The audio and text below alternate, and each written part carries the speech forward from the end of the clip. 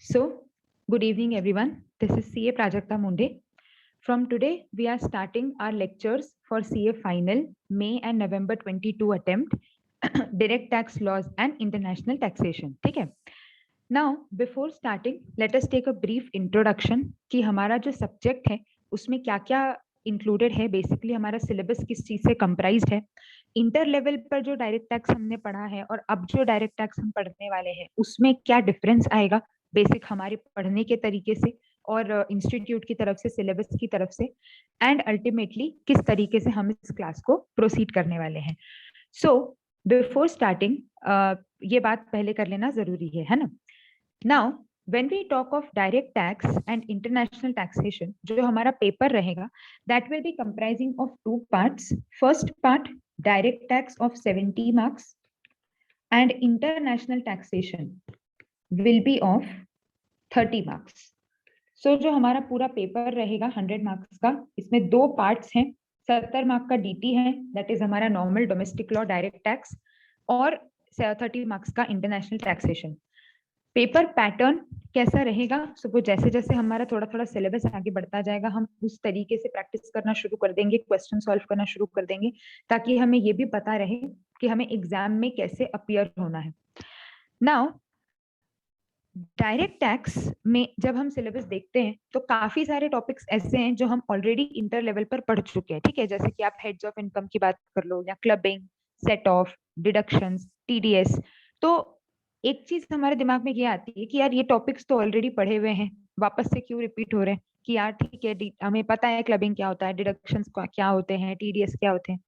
सो first part की उसे फिर से क्यों इंट्रोड्यूस किया गया है, फिर से क्यों इंक्लूड किया गया. अगर आप मॉड्यूल्स देखोगे, अभी तो शायद नहीं भी आई होंगी मॉड्यूल्स कुछ स्टूडेंट्स के पास, अगर आप लोगों के पास आ गई हैं तो मॉड्यूल्स में आपको काफी सारे चैप्टर्स तो ऐसे लगेंगे कि हाँ चलो ये तो पढ़ा हुआ है. फर्स्ट डिफरेंस जो आता है वो आता है आपका वे ऑफ स्टडी में. जब हम इंटर लेवल पर होते हैं हम बहुत रॉ होते हैं, हमें एकदम बेसिक बेसिक नॉलेज होता है, हम पहली बार टैक्स पढ़ रहे होते हैं, तो हमें उस तरीके से सिलेबस दिया जाता है, उस तरीके से प्रोविजंस दिए जाते हैं और क्वेश्चंस भी हमें उसी तरीके से पूछे जाते हैं. When we move to final, अब ये एक्सपेक्ट किया जा रहा है आपसे इंस्टीट्यूट द्वारा कि now you are going to enter into the professional world after clearing your CA finals. आप लोग सब CA हो जाएंगे. सो ऑब्वियसली आप लोगों को जो डायरेक्ट टैक्स है वो सिर्फ प्रोविजन पता होना जरूरी नहीं है, उसके साथ साथ उसके प्रैक्टिकल एप्लीकेशन समझ में आना भी जरूरी है. जैसे अगर एक एग्जांपल दूं मैं आपको, तो कोई भी अमेंडमेंट आया है तो क्यों आया है, या बहुत बार क्या होता है कि जो सेक्शंस लिखे जाते हैं, जो प्रोविजंस लिखे जाते हैं, उनमें बहुत बार इंटरप्रिटेशन में गड़बड़ हो जाती है, इंटरप्रिटेशन में दिक्कत आ जाती है. तो क्वेश्चंस आपको इस तरीके से दिए जाएंगे कि ये पर्टिकुलर सिचुएशन है, अब आप बताओ क्या करना है. क्यों?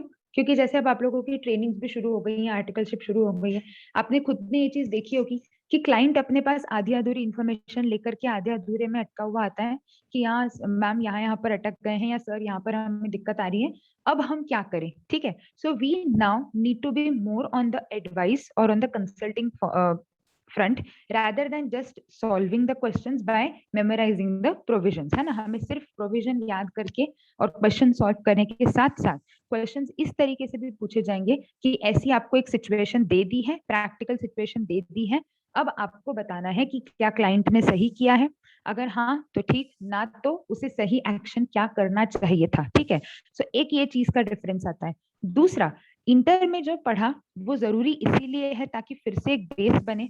आप लोगों को पढ़ाई छोड़ करके भी टाइम हो जाता है, जो हम पढ़ते हैं और जो हम ऑफिस में करते हैं उसमें बहुत बार जमीन आसमान का अंतर होता है कि हम पढ़ते कुछ है, होता कुछ है. सो हम पढ़ पढ़ के भी आए हैं, काफी टाइम हो गया है.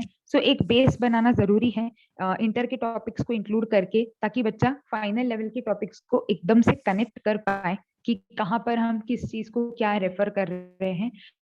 और फाइनल में आपका आगे बढ़ेगा.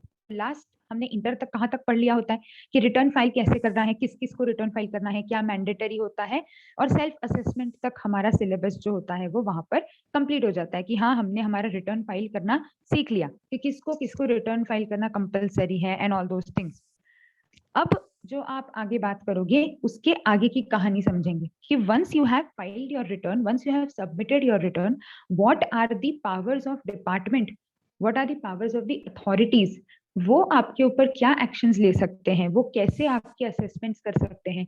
अगर आपके असेसमेंट्स में ये पता चलता है कि हाँ आपने टैक्स इवेजन किया है, आपने टैक्स चोरी किया है, तो क्या उसके अगेंस्ट डिपार्टमेंट के पास कुछ राइट्स हैं, कुछ पावर्स हैं। सो ये जो पीछे का आगे का जो पार्ट है, हमने हमारे हमारे पार्ट पे अभी तक सब पढ़ लिया था एक बार ओवरव्यू, कि हाँ हेड्स कैलकुलेट करो, ये करो वो करो, एंड देन रिटर्न फाइल कर दो। इसके आगे की कहानी, मतलब किसका एंड, डिपार्टमेंट का एंड हमको अब सीखने को मिलेगा। सो ओवरऑल हम बोल सकते हैं कि हमारा जो फाइनल लेवल तक का सिलेबस होता है डीटी का, उसमें आपका पूरा इनकम टैक्स लॉ कवर हो जाता है। जो आपकी पूरी इनकम टैक्स एक्ट है, मोर और लेस आप बोल सकते हो कि सारी की सारी चीजें हमारे सिलेबस में कवर हो जाती है। ठीक है। नाउ जो सेकंड पार्ट आता है आपका international taxation, that deals with, नाम से ही समझ में आ रहा होगा आपको, इंटरनेशनल लॉज। मतलब कि आपको दूसरे किसी कंट्री का टैक्सेशन नहीं पढ़ाया जाएगा, आपको ये पढ़ाया जाएगा कि इंडिया में और वहां की कंट्री के साथ अगर आप डीलिंग कर रहे हो तो कैसे ट्रांजेक्शन होने हैं, ट्रांसफर प्राइसिंग के क्या क्या प्रोविजंस होते हैं। नॉन रेसिडेंट टैक्सेशन, हमारा जो इंटर लेवल का टैक्स होता है दैट इज मोर और less based on resident taxation. हम लोग नॉन रेसिडेंट के बहुत ज्यादा प्रोविजंस नहीं पढ़ते हैं। तो residential status again becomes very very important for final. No doubt आपको जनरल क्वेश्चंस तो आते ही हैं, डिटर्मिनेशन ऑफ रेसिडेंशियल स्टेटस जो आपने पहले भी पढ़े हुए हैं। एडवांस लेवल के होंगे, इंडिविजुअल से ज्यादा कंपनी पे बेस्ड होंगे, कंपनी के रेसिडेंशियल स्टेटस पर बेस्ड होंगे। और फिर उसके साथ आपको होता है कि अगर आपका दो कंट्रीज में डबल टैक्सेशन हो रहा है तो उसके क्या प्रोविजंस होते हैं। टैक्स ट्रीटीज जो बनाई जाती हैं, आप लोग ये सब शायद न्यूज में पढ़ते होंगे, सुनते होंगे कि दो कंट्रीज के बीच में एक टैक्स अवॉइडेंस की ट्रीटी है। सो ये जो सारी चीजें होती हैं, दो कंट्रीज की आपस में जब डीलिंग होती है, उसका टैक्स पेयर पर क्या इम्पैक्ट पड़ता है, ये आपका सेकेंड पार्ट रहेगा। So first part will deal with your direct tax, that is domestic law, जिसमें आप कंपनी का असेसमेंट पढ़ोगे, अलग अलग दूसरे AOP, BOI, trust, charitable institutions, इन सब चीजों के भी असेसमेंट्स पढ़ोगे। एंड उधर आपका इंटरनेशनल लॉ रहेगा। ठीक है।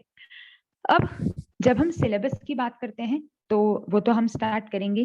बाकी जो एक रेगुलर आप लोगों का वो रहेगा, मतलब जो एक स्ट्रक्चर रहेगा इन लेक्चर्स का, इन क्लासेस का, तो आपको डेली जो जो टॉपिक्स हम कवर करते जाएंगे, I will be providing you notes in flow charts as well. मतलब आप खुद के क्लास नोट्स तो जो आप रिकॉर्ड आपके पास नोट करो या मार्क करो, आई गेस शायद मॉड्यूल अभी बहुत सारे लोगों के पास नहीं भी होगी, अगर है तो ठीक। वैसे भी अभी अपडेटेड मॉड्यूल्स नहीं है अवेलेबल इंस्टीट्यूट की वेबसाइट पर, अभी लेटेस्ट नवंबर 21 तक के ही है, आप लोगों के अभी आए नहीं है। बट अगर अभी हैं भी आपके पास तो आप उसमें एडिशन करके लिख सकते हो, कोई दिक्कत नहीं है।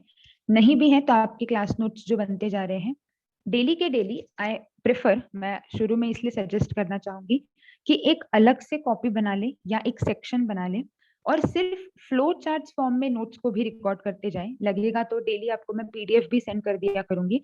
सो in this manner I have prepared flow chart notes for every day's lecture. हर दिन का आपको ये मिल जाएगा। इससे क्या होगा, अभी तो जैसे आप सिलेबस पढ़ रहे हो, ठीक है, अभी आपके पास पूरा बुक है, मटेरियल है, सब कुछ है, और अभी टाइम भी है, तो आप आराम से हर एक एक चीज एक्सप्लोर करते हो, आप हर हर टॉपिक के 10-10 क्वेश्चन सॉल्व करके देख लेते हो। आपको एक्चुअली इन चीजों की जरूरत पड़ती है आपके फाइनल की लीव पीरियड में और एकदम एग्जाम के एक दिन पहले। This is my personal experience कि जब आपके वो 6 महीने का टाइम होता है या 4 महीना, जो भी हर किसी के ऑफिस के अलग अलग रूल्स होते हैं, उस समय पर अपने को कुछ हैंडी चाहिए होता है कि यार शॉर्ट में फटाफट से सब पता चल जाए, क्योंकि डिटेल में हम सिलेबस तो पढ़ चुके हैं एक बार। प्लस आपका जो एक दिन पहले का लीव रहेगा, एक ही दिन की लीव मिलेगी फाइनल में, जैसे इंटर में पढ़ा अपन ने, उस समय पे भी एक ओवरऑल बर्ड्स आई व्यू मिल जाए पूरे सिलेबस पर। उसके लिए अभी से तैयारी करना जरूरी है। हम तब ये कोशिश करें कि चलो अब इसके शॉर्ट नोट्स बना लें, तो वो आपका बेमतलब का टाइम टूटेगा और कुछ नहीं होगा। और नोट्स जो हम बना रहे हैं वो हम आपके अटेम्प्ट के हिसाब से बना रहे हैं, तो again there is no issue. जो हमारे लिए असेसमेंट ईयर रेलेवेंट है, हम उसी असेसमेंट ईयर के सारे प्रोविजंस को उसमें इनकॉर्पोरेट ऑलरेडी कर चुके हैं। तो अपने को अपने पास ज्यादा से ज्यादा अगर स्टैट्यूटरी अपडेट के थ्रू कोई चेंजेस आते हैं, जैसे अभी जो नवंबर के लिए स्टैट्यूटरी अपडेट आया इंस्टीट्यूट का, उसमें तो सच कोई बहुत ज्यादा हुए तो अभी टाइम आते हैं तो वो एक हाथ दो चीजें रहेंगी। बाकी ओवरऑल आपके ये नोट्स आपको उस दिन पेपर के एक दिन पहले भी बहुत इजीली हेल्पफुल रहेंगे कि आप एक एक बार पूरा घुमा लो, क्योंकि मॉड्यूल पूरी देखने को तो टाइम मिलना मुश्किल है ना। सो इसीलिए आई एडवाइस कि एक आपका एक रेगुलर नोट्स जिसमें आप क्वेश्चंस वगैरह सॉल्व करोगे वो तो रहने ही दो, बाकी उसके साथ साथ एक और या तो कॉपी कोई 2 पार्ट्स में बांट लो या एक अलग से कॉपी बना लो जैसा आप लोग को इजी पड़े, जिसमें सिर्फ हर डे के ये ऐसे शॉर्ट में हार्डली आपको 5 से 10 मिनट लगेंगे, शॉर्ट शॉर्ट में आपने फ्लो चार्ट्स बना लिए, पॉइंटर्स पॉइंटर्स में लिख लिया, ताकि आप लोगों को आगे चल के दिक्कत नहीं आए, है ना। चलिए, so this is how you will be we will be proceeding the syllabus.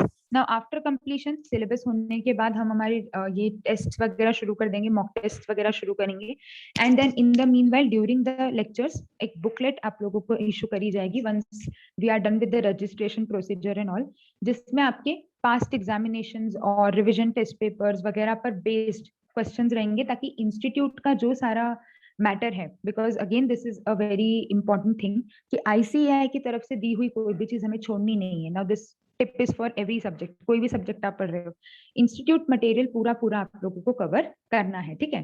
तो once you are done with the chapter, उसके बाद आपको बुकलेट में से क्वेश्चन सॉल्व करके देख सकते हैं, कहीं पर भी डाउट्स रहते हैं तो देन वी कैन डिस्कस। अच्छा, स्टूडेंट टेकिंग लेक्चर भी जैसे आज कोई दिक्कत आती है डाउट्स वगैरह में, तो we can have live doubt sessions वगैरह, कोई तो उसमें दिक्कत नहीं रहेगी। सो डेली के डेली आप लोग मुझसे डिस्कस करते रहें, अगर आज के लेक्चर में दिक्कत आई है तो हम उसको सॉर्ट आउट करते जाएं, ताकि डाउट्स और ये सब हमारे पाइल अप ना हो, है ना। चलिए, so now let us start, शुरुआत करते हैं। फर्स्ट ऑफ ऑल ये समझना जरूरी है कि हमें प्रोविजंस कौन से एप्लीकेबल हैं। सो हमारे लिए हमारे फाइनेंस एक्ट 21 के प्रोविजंस एप्लीकेबल होंगे, दैट इज असेसमेंट ईयर हमारे लिए जो लगेगा वो रहेगा 22-23। अभी तक जो मॉड्यूल्स अवेलेबल हैं वेबसाइट पर भी आप देखोगे तो वो 21-22 तक की पूरी अपडेटेड है, उसके आगे के सारे चेंजेस हम लोगों को अलग से पढ़ने पड़ेंगे, है ना, क्योंकि वो हमारे लिए रेलेवेंट रहेंगे। नाउ स्टार्ट हम जिस चैप्टर से कर रहे हैं, तो कैपिटल गेन से शुरुआत करूंगी मैं। कैपिटल गेन से शुरुआत करने का रीजन फर्स्ट कि हमने काफी हद तक ये चीज पढ़ी हुई है, देखी हुई है, तो हमें कनेक्शन करने में इजी पड़ेगा being the first lecture. And second thing, इसका आगे बहुत यूज है, मतलब आपका जो कैपिटल गेन और पीजीबीपी ये दोनों ऐसे हेड्स हैं जो इंटर में भी उतने ही रेलिवेंट है और फाइनल में भी उतने ही रेलिवेंट है, तो इसीलिए हम इन्हीं से शुरुआत करके एंड फिर हमारे जो एडिशनल टॉपिक्स हैं, जो नए टॉपिक्स हैं, उन पर इन्हें लिंक करते चलेंगे। सो स्टार्ट करते हैं। Now let us take a brief introduction of what is a capital asset or what is a capital gain. Basically, whenever you are transferring any kind of capital asset, आपकी जो income होती है वो capital gains head में taxable होती है, right. सो जब आप किसी भी पर्सन का टैक्स कैलकुलेट कर रहे हो, weather he is an individual और एचयूएफ और कंपनी फर्म, कोई भी व्यक्ति का अगर आप टैक्स कैलकुलेट कर रहे हो, सबसे पहले आप उसका एक रेसिडेंशियल स्टेटस कैलकुलेट करते हो, ठीक है। रेसिडेंशियल स्टेटस हमारे लिए बहुत रेलेवेंट है, क्योंकि हमारा एक पूरा पोर्शन 30 मार्क्स का नॉन रेसिडेंट और इंटरनेशनल टैक्सेशन पर बेस्ड है। Residential status once you have calculated कि ये व्यक्ति हमारे देश का रेसिडेंट है नहीं है, अगर इंडिविजुअल है तो resident and ordinary resident, resident and not ordinary resident, आपको याद आ रहा होगा। Once you have done with the calculation of the residential status, the next step comes how to calculate the scope of total income, ठीक है। आपके residential status पर depend करता है कि आपके हाथ में कौन सी इनकम इंडिया में टैक्सेबल हो सकती है। डिपार्टमेंट के पास हर व्यक्ति के ऊपर टैक्स लगाने का राइट नहीं होता, ठीक है। अगर आप रेसिडेंट हो तो आपकी अलग इनकम्स इंडिया में टैक्सेबल हो सकती हैं, अगर आप एक नॉन रेसिडेंट हो तो आपकी अलग इनकम्स इंडिया में टैक्सेबल हो सकती हैं। तो कुछ कुछ बातें मैं आपको बताते जाऊंगी बीच बीच में, जो चीजें फाइनल लेवल पर बहुत इंपॉर्टेंट हो जाती हैं। हर प्रोविजन को पढ़ते वक्त ये सारी चीजों का अब हमें ध्यान देना शुरू करना है, ठीक है। जैसे कि जो प्रोविजन सिर्फ रेसिडेंट पर एप्लीकेबल है, कोई प्रोविजन क्या सिर्फ नॉन रेसिडेंट पर एप्लीकेबल है, कैसे हमें उसे हाईलाइट करना है, कैसे हमें उसे बाइफरकेट करना है, इन सारी छोटी छोटी बातों पर भी ध्यान देना है। Once you have understood that कितनी कितनी इनकम किसी व्यक्ति के हैंड्स में टैक्सेबल है, कौन सी इनकम्स का स्कोप इंक्लूड करना है, then you calculate the income in separate heads, है ना, कि हम पांचों हेड्स में हमारी इनकम को बाइफरकेट करते हैं। टैक्स का आपने अगर लोगों ने ऑफिस में काम भी देखा होगा तो एक फॉर्मेट तो अब देखने में आ गया होगा कि कैसा होता है कंप्यूटेशन का फॉर्मेट किसी भी व्यक्ति का रिटर्न का। तो सैलरी होती है, हाउस प्रॉपर्टी होता है, then you have business head, capital gains and other sources. Capital gains head तब अट्रैक्ट होता है when you transfer a capital asset and जब हम एक डेफिनेशन की बात करते हैं तो ट्रांसफर और कैपिटल असेट, ये दोनों की डेफिनेशन यहाँ पे समझना बहुत जरूरी है। The provision says capital gain is attracted when you transfer a capital asset. अब एग्जाम में आपको क्वेश्चंस कैसे आ सकते हैं, मैं बीच बीच में ये भी डिस्कस करते जाऊंगी ताकि हमें ये नहीं लगे कि हाँ ठीक है, ये तो हमको पता है कि हमें सेल कंसिडरेशन दिया रहेगा, हमें परचेज कॉस्ट दी रहेगी, हमें सिर्फ क्या करना है, प्रोविजन लगा के गेन निकालना है। सो नहीं, अब हमें थोड़े से आगे लेवल पर बात करनी है। क्वेश्चन में आपको हो सकता है एक सिचुएशन दे दी जाएगी कि ये असेसी है, इसने इस पर्टिकुलर एसेट को इस दिन पे अक्वायर किया था, इस दिन को इसको सेल किया गया है। नाउ आपको ये बताना है कि वो असेसी जो है वो बोल रहा है कि इसके ऊपर कैपिटल गेन नहीं लगेगा because this does not fall in the definition of capital asset. और जो डिपार्टमेंट है या जो प्रोफेशनल है वो कह रहा है कि no, this is a capital asset, this falls in the definition of capital asset. तो आपको ये बताना है कि कौन सही है दोनों में से। एंड ऑब्वियसली क्वेश्चन उतना क्लियर नहीं रहेगा कि हाँ हम सीधे सीधे पता कर ले पढ़ के कि अरे नहीं ये तो कैपिटल एसेट है या कैपिटल एसेट नहीं है। तो अगेन चीजें वही हैं लेकिन पढ़ने का तरीका थोड़ा सा अलग हो जाएगा, है ना। Now capital asset according to section 214, capital asset means, again a very important point to be kept in mind, before starting any definition, income tax में कोई भी definition शुरू करने से पहले means and includes, इन दोनों बातों पे ध्यान देना बहुत जरूरी है। ये हमने पहले भी पढ़ा हुआ है, सुना हुआ है, पर उस समय पर हम इन चीजों पे इतना ज्यादा ध्यान नहीं भी देते थे तो भी हमारा काम हो जाता था।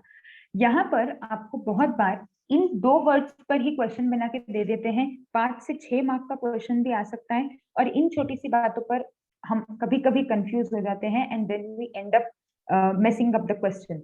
सो कोई भी डेफिनेशन याद करो, ठीक है, कोई भी डेफिनेशन पढ़ो, सबसे पहले ध्यान दो कि वो मीन्स से शुरू हो रही है या इंक्लूड से शुरू हो रही है। अंतर क्या होता है, when a definition starts with means it is an exhaustive definition, and if it starts with includes it is an inclusive definition। exhaustive और inclusive ये हमने कभी ना कभी सुना होगा, जरूर सुना होगा लॉ में या कहीं पे भी। सो कुछ आइडिया बेसिक कि एग्जॉस्टिव और इंक्लूसिव डेफिनेशन क्या होता है।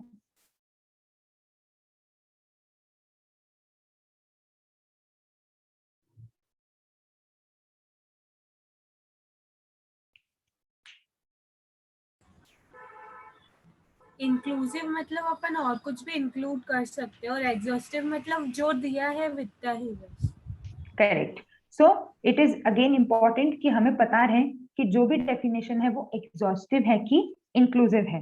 सो एग्जॉस्टिव डेफिनेशन मतलब सिर्फ इतनी ही चीजों को कैपिटल एसेट बोला जा सकता है, ये डेफिनेशन अपने आप में कंप्लीट है। इसके बाहर अगर कोई और चीज दे दी है तो फिर वो आपके हाथ में टैक्सेबल नहीं रहेगा क्योंकि वो कैपिटल एसेट ही नहीं रहेगा। कैपिटल एसेट ही नहीं है तो सवाल ही खत्म, हेड ही पूरा बाहर हो जाता है। जब तक कैपिटल एसेट नहीं है तब तक आप उस पर टैक्सेबिलिटी नहीं लगा सकते।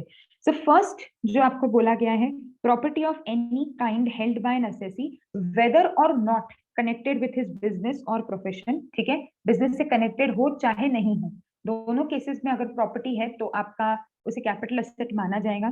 Securities held by foreign institutional investor, अगर फॉरेन इंस्टीट्यूशनल इन्वेस्टर ने कोई सिक्योरिटीज हेल्ड करके रखी हैं, again that will be treated as a capital asset. Now another point has been added in this particular section by the Finance Act 21, so yes it becomes relevant for us, and क्योंकि ये हमारे लिए amendment है, हमारे attempt के जो relevant finance act है उसी में ऐड हुआ है, तो इस पे क्वेश्चन आने के चांसेस बढ़ जाते हैं। जैसे ही कोई भी चीज नहीं आती है उस पे क्वेश्चन आने के चांसेस ऑटोमेटिकली बढ़ जाते हैं। तो क्या है ये सेक्शन, पहले थोड़ी सी बात कर लेते हैं फिर पढ़ लेंगे। आप लोगों ने एक क्लॉज सॉरी सेक्शन 10(10)(d) पढ़ा होगा, थोड़ा सा मैं रिकॉल करवा देती हूँ। एक प्रोविजन होता है कि अगर आपकी कोई लाइफ इंश्योरेंस पॉलिसी है, 80C से भी लिंक करेंगे इस चीज को, कि लाइफ इंश्योरेंस पॉलिसी में आपको याद आ रहा होगा कि एक लिमिट होती थी कि if the premium is 10% of sum assured या 15% ऑफ सम अश्योर्ड या आपका 20% ऑफ सम अश्योर्ड, अलग अलग केसेस थे depending on the date of policy, उतना डिटेल में नहीं जाएंगे हम, पर उस प्रोविजन का जो मतलब था वो ये था कि अगर आपका जो प्रीमियम है वो 10% ऑफ सम अश्योर्ड से ज्यादा है, सपोज आपकी जो पॉलिसी है उसका अमाउंट है, से फॉर एग्जांपल सम अश्योर्ड है उसका 20 लाख, और आपका जो पॉलिसी का अमाउंट है 10% तक अलाउड है, तो आपका 2 लाख का प्रीमियम बनता है, ठीक है।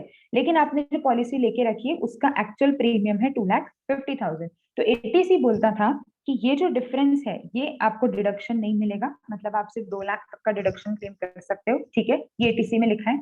एंड इसी के साथ साथ आपका जब ये पॉलिसी मच्योर होगी, जब इस पॉलिसी की मेच्योरिटी आपको रिसीव होगी, तब वो अमाउंट भी एग्जेम्पशन से बाहर कर दिया जाता था, ठीक है। ये एक 1010D में बोला गया है। सो नॉर्मली जब आपको कोई भी LIC पॉलिसी की मेच्योरिटी मिलती है, उसे 1010D में क्या किया गया है, एग्जेम्प्ट किया गया है, ठीक है। सेक्शन 10 किस चीज का होता है, हमारा एग्जेम्प्ट इनकम्स का सेक्शन होता है।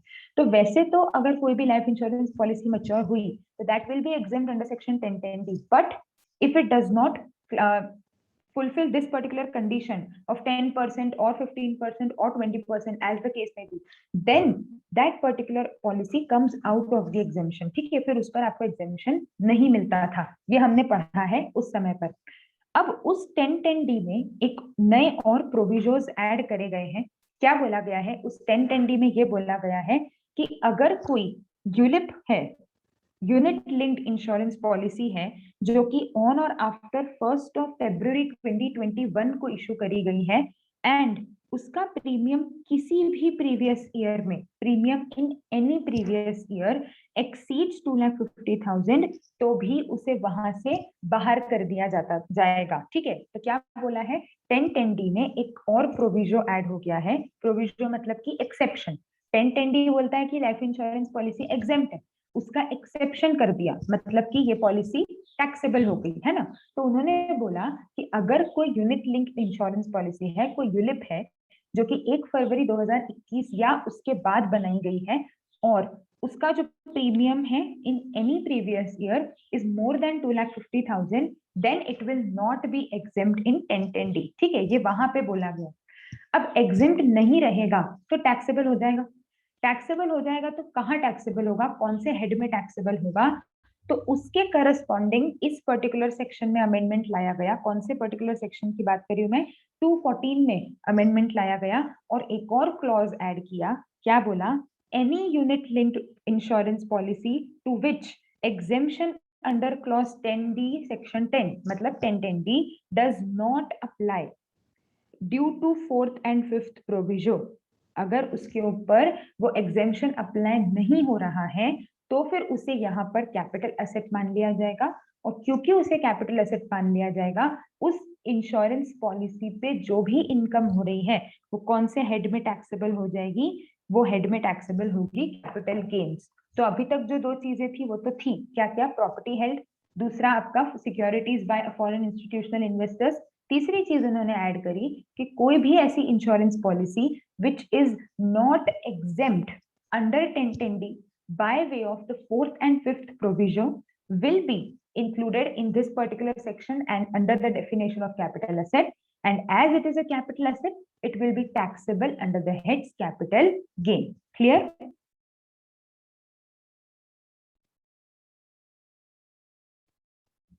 ओके, इन केस किसी को डाउट्स रहते हैं तो इन बिटवीन हम डिस्कस करते जाएंगे, कोई दिक्कत नहीं है। चलिए नाउ, अब ये तो बात हुई कि कैपिटल एसेट की डेफिनेशन में क्या क्या आता है। अब बात कर लेते हैं इट डज नॉट इंक्लूड, क्या नहीं आएगा कैपिटल एसेट की डेफिनेशन में। तो first, stock in trade is excluded, but यहाँ पर एक चीज और ध्यान देने वाली होती है, any securities held by the foreign institutional investors, इसे कैपिटल एसेट ही माना जाएगा इन एनी केस। मतलब ये चीज अगर किसी ने एज ए स्टॉक होल्ड करके रखी है, नॉर्मली अगर कोई चीज आप एज ए स्टॉक होल्ड करते हो, जैसे हम लैंड का एग्जांपल ले लें, तो लैंड एक कैपिटल एसेट है जनरली, है ना। तो मेरे लिए मेरी लैंड एक कैपिटल एसेट है, मैंने मेरी लैंड अगर किसी को ट्रांसफर करी है तो देन उसके ऊपर मुझे कैपिटल गेन टैक्स देना पड़ेगा। लेकिन अगर मैं लैंड बेचने का बिजनेस करती हूँ, मेरा काम ही ये है कि मैं लैंड खरीदती हूँ, लैंड बेचती हूँ, तो वो मेरा एक स्टॉक इन ट्रेड बन गया। Once it becomes stock in trade, it comes out from capital asset because it enters in PGBP, है ना, वो बिजनेस हो गया, तो बिजनेस हेड में आएगा, कैपिटल गेन में नहीं जाएगा। लेकिन securities held by the foreign institutional investors, ये जो पॉइंट है, ये स्टॉक होगा तो भी इसे कैपिटल गेन हेड में ही टैक्सेबल किया जाएगा, नहीं होगा तो भी, ठीक है। तो again there is a chance कि आपको क्वेश्चन किस चीज पे आ जाए, क्वेश्चन आपको आ जाए कि फॉरेन इंस्टीट्यूशनल इन्वेस्टर है, उसने as a stock in trade hold करके रखा है। अब हम क्या करते हैं, हमारे दिमाग में क्या बैठ जाता है कि स्टॉक है तो बिजनेस में जाएगा, तो कैपिटल एसेट के एक्सक्लूजन में आ गया और हमने क्या कर दिया, उसको बाहर कर दिया। तो नहीं, ध्यान रखना है कि ये जो है, ये जो हमारा केस है, securities held bye stock foreign institutional investor, ये अगर स्टॉक होगा तो भी कैपिटल गेन हेड में ही आएगा, और कैपिटल एसेट है तब तो सवाल ही पैदा नहीं होता, ऑब्वियसली कैपिटल गेन में ही आएगा। सो ये चीज यहाँ पे लिखी हुई है, वी अंडरस्टूड ऑलरेडी कि the exclusion does not apply to the sub clause b. This implies that even if in the nature of secure, even if it is in the nature of security in the hands of the foreign portfolio investor is stock in trade, the same would be treated as a capital asset and the profit will be taxable as capital gains. आप PGBP head में enter नहीं करोगे। Next होता है personal effects. आपके घर का furniture, घर की कार, घर की डाइनिंग टेबल की कुर्सी, घर का टेबल, ये सब अगर आपने बेचा, it is not a capital asset because it becomes a personal effect.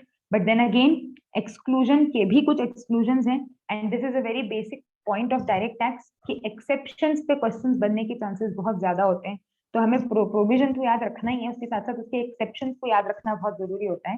So exceptions बोले गए हैं यहाँ पर आपको कि एक्सक्लूजन्स मतलब पर्सनल इफेक्ट्स तो बाहर ही हैं, पर्सनल इफेक्ट में से इन्हें एक्सक्लूड किया तो क्या हो जाता है, ये चीजें कहाँ पर इंक्लूड हो जाती हैं, ये चीजें इंक्लूड हो जाती हैं कैपिटल असेट की डेफिनेशन में। मतलब भले ही ये चीजें आपने पर्सनल यूज के लिए खरीदी हैं, तो भी आपको उस पे बेचने पर कैपिटल गेन देना जरूरी है।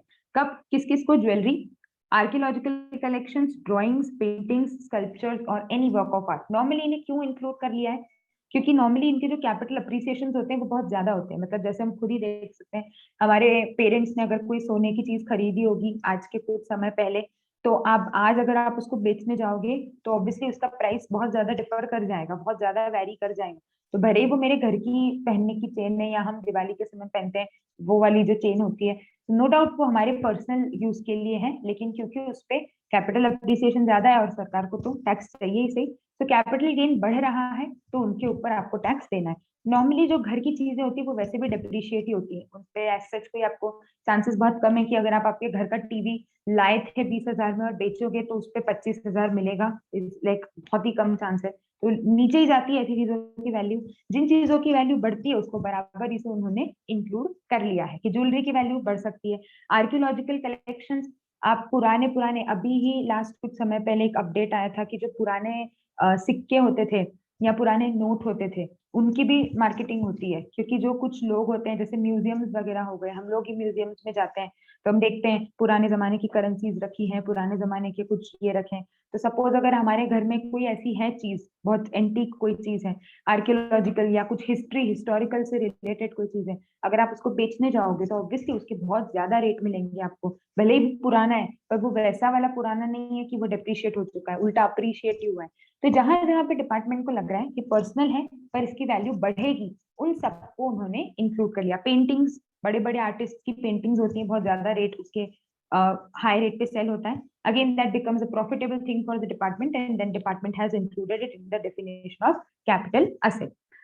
Now, moving on to the next topic, that is rural agricultural land. Again, this is a very good point for examination. इसके ऊपर क्वेश्चंस आते हैं बहुत बार और हम ये रूरल और अर्बन में बहुत उलझते हैं, तो ये बहुत दिक्कत दे देता है कभी कभी। तो इसको याद रखने का सबसे आसान तरीका समझते हैं। Rural agricultural land is outside the purview of capital gain. ठीक है, तो अगर कोई एसेट रूरल एग्रीकल्चरल लैंड है उसके ऊपर आपको कैपिटल गेन नहीं लगेगा, ठीक है, because it is not a capital asset. अब रूरल है या अर्बन है उसके लिए कुछ कुछ लिमिट्स दी हुई हैं और ये लिमिट्स हमें कंफ्यूज कर देती हैं कभी कभी।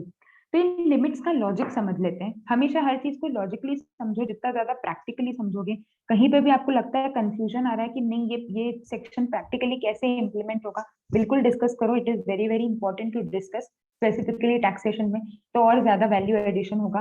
तो रूरल लैंड और अर्बन लैंड का जो बेसिक कॉन्सेप्ट है वो ये है कि कोई भी लैंड अगर उसको कोई गवर्न नहीं कर रहा, मतलब उसके ऊपर कोई म्यूनिसिपैलिटी नहीं है या suppose there is no authority to govern that land, then उससे वो लोग कहीं ना कहीं रूरल मान लेते हैं कि ये गांव है, यहाँ पे कोई सुविधा नहीं है, यहाँ पे ध्यान देने के लिए कोई नहीं है, तो ये एक गांव का एरिया हो गया। ठीक है, this is the notion of department is what I am talking about.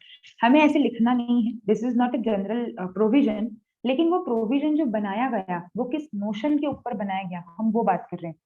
तो प्रोविजन इस नोशन पे बनाया गया है कि अगर ऐसा कोई लैंड है तो उन्होंने उसे रूरल बोल दिया।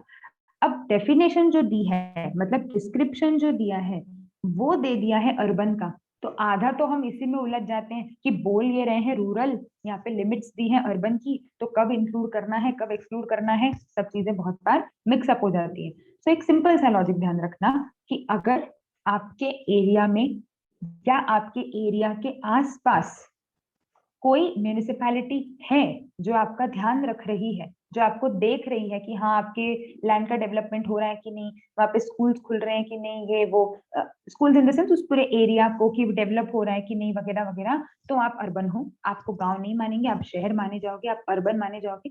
एंड उल्टा कि अगर नहीं है कोई देख रेख करने वाला तो वो रूरल है। एग्रीकल्चरल लैंड पे हमेशा एग्रीकल्चर हो रहा है तो वो रूरल हो जाएगा, ऐसा कोई जरूरी नहीं होता। तो क्या दिया है, देखें क्या दिया हुआ है। Now again agricultural land in India, ठीक है। तो अब जैसे कि मैंने बताया नॉन रेसिडेंट्स के केसेस आते हैं, तो अगर आपको बोला है एग्रीकल्चरल लैंड इन यूएसए तो उसको कोई एग्जेम्पशन नहीं मिलती है ना, एग्रीकल्चरल लैंड इन यूएसए वो अलग बात हो जाएगी, इंडिया की बात हो रही है। एज पर द डेफिनेशन सिर्फ रूरल को बाहर किया गया है, कब अर्बन है कब रूरल है देखें।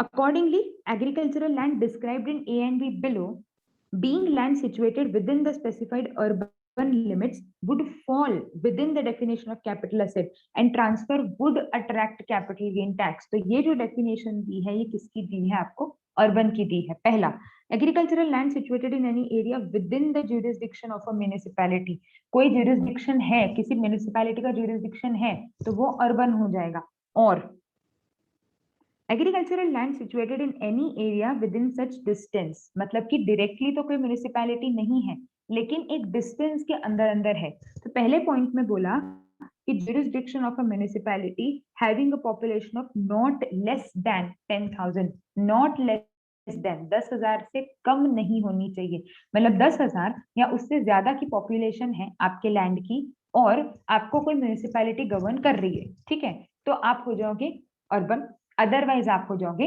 रूरल। ठीक है, next, agricultural land situated in any area with in distance, directly तो कोई म्यूनिसिपैलिटी नहीं है। जैसे हम इंदौर के आसपास की बात करें तो बहुत सारे ऐसे छोटे छोटे गांव हैं जो इंदौर के क्षेत्र में मान लिए जाते हैं, मतलब ज्योग्राफिकली वो इंदौर के बाहर है, पर उनकी गवर्निंग कहाँ से हो रही है, इंदौर से हो रही है, क्योंकि हर छोटी छोटी जगह पे एक म्यूनिसिपैलिटी बनाना उतना फिजिबल नहीं है। तो उधर तो नहीं है पर आजू बाजू में है। तो क्या बोला है, पॉपुलेशन 10,000 से ज्यादा है और विद इन 2 किलोमीटर म्यूनिसिपैलिटी है, डायरेक्टली तो नहीं है पर 2 किलोमीटर के अंदर है, डन, चलेगा, कोई प्रॉब्लम नहीं है, आपका लैंड अर्बन हो जाएगा। अगर पॉपुलेशन 1 लाख से ज्यादा है, ठीक है, पॉपुलेशन 1 लाख से ज्यादा है और 2 किलोमीटर से लेकर के 6 किलोमीटर तक के दायरे में म्यूनिसिपैलिटी है, again that becomes an urban agricultural land. And lastly, if the population is more then 10 lakh, 10 lakh से ज्यादा की पॉपुलेशन है और 6 से 8 किलोमीटर के अंदर अंदर आपका म्यूनिसिपैलिटी एग्जिस्ट करता है, तो then again it becomes an urban agricultural land. So अगर ये कंडीशंस फुलफिल हो गई, इन दोनों में से कोई सी भी एक कंडीशन फुलफिल हो गई तो आपका लैंड अर्बन हो जाएगा। इस पर भी केस स्टडीज बनती हैं, आपको ये ऐसा इंफॉर्मेशन दे दिया जाता है, ऐसा ऐसा सिचुएटेड है, उसने कैपिटल एसेट ट्रांसफर करी है, जो व्यक्ति है वो ओपिनियन का है कि ये कैपिटल एसेट नहीं है, जो प्रोफेशनल है वो बोल रहा है it is a capital asset, क्या होगा, तो हमें बताना है कि क्या होगा, रूरल है तो नहीं होगा, अर्बन है तो टैक्स लगेगा। तो जैसे एक दो केसेस देख लेते हैं कि कैसे निकालना है। तो जैसे हम रैंडम कोई सा देखिए, हम सी केस देख लेते हैं, चलो। 2 किलोमीटर के अंदर अंदर है, पॉपुलेशन आपकी 11 लाख है, ठीक है, जो पॉपुलेशन है आपकी 11 लाख है उस एरिया की। एरिया अ कैपिटल एसेट, क्या आप उसे कैपिटल एसेट मानोगे, तो yes it will be a capital asset, क्योंकि हमारा जो एरिया और डिस्टेंस का जो हमारा कैलकुलेशन है वो इस के हिसाब से सही बैठ रहा है ना, जो हमें टेबल दिया हुआ है उस पर्टिकुलर टेबल के हिसाब से वो हमारा उस रेंज में आ रहा है। So then yes it will be a capital asset. Similarly अगर हम नेक्स्ट एक कोई सा देखें, से फॉर एग्जांपल 7th, 6 किलोमीटर्स में है और पॉपुलेशन 8000 है, पॉपुलेशन की शुरुआत ही हमारी मोर देन 10,000 से हो रही है, तो आप उसे स्ट्रेट अवे क्या बोल दोगे? No, it is not a capital asset. So ये कंडीशंस यहाँ पर फुलफिल होना जरूरी है कि हाँ, अगर ये कंडीशन फुलफिल होती है तो अर्बन, अदरवाइज रूरल। चलिए अब आगे आ जाते हैं। कुछ स्पेसिफाइड बॉन्ड्स हैं, कुछ स्पेसिफिक बॉन्ड्स हैं गवर्नमेंट के, उन बॉन्ड्स में अगर आप इन्वेस्ट करते हो again then that it will be not treated as a capital asset, और क्योंकि वो कैपिटल एसेट नहीं है उनकी ट्रांसफर पे आपको कोई भी टैक्स देने की जरूरत नहीं। चलिए, सो यहाँ तक एक बार के लिए आप नोट करते जाओ शॉर्ट में, इतना पोर्शन हमारा कंप्लीट हुआ है अभी फटाफट से, and then we will start with the next topic इसके आगे, that is period of holding.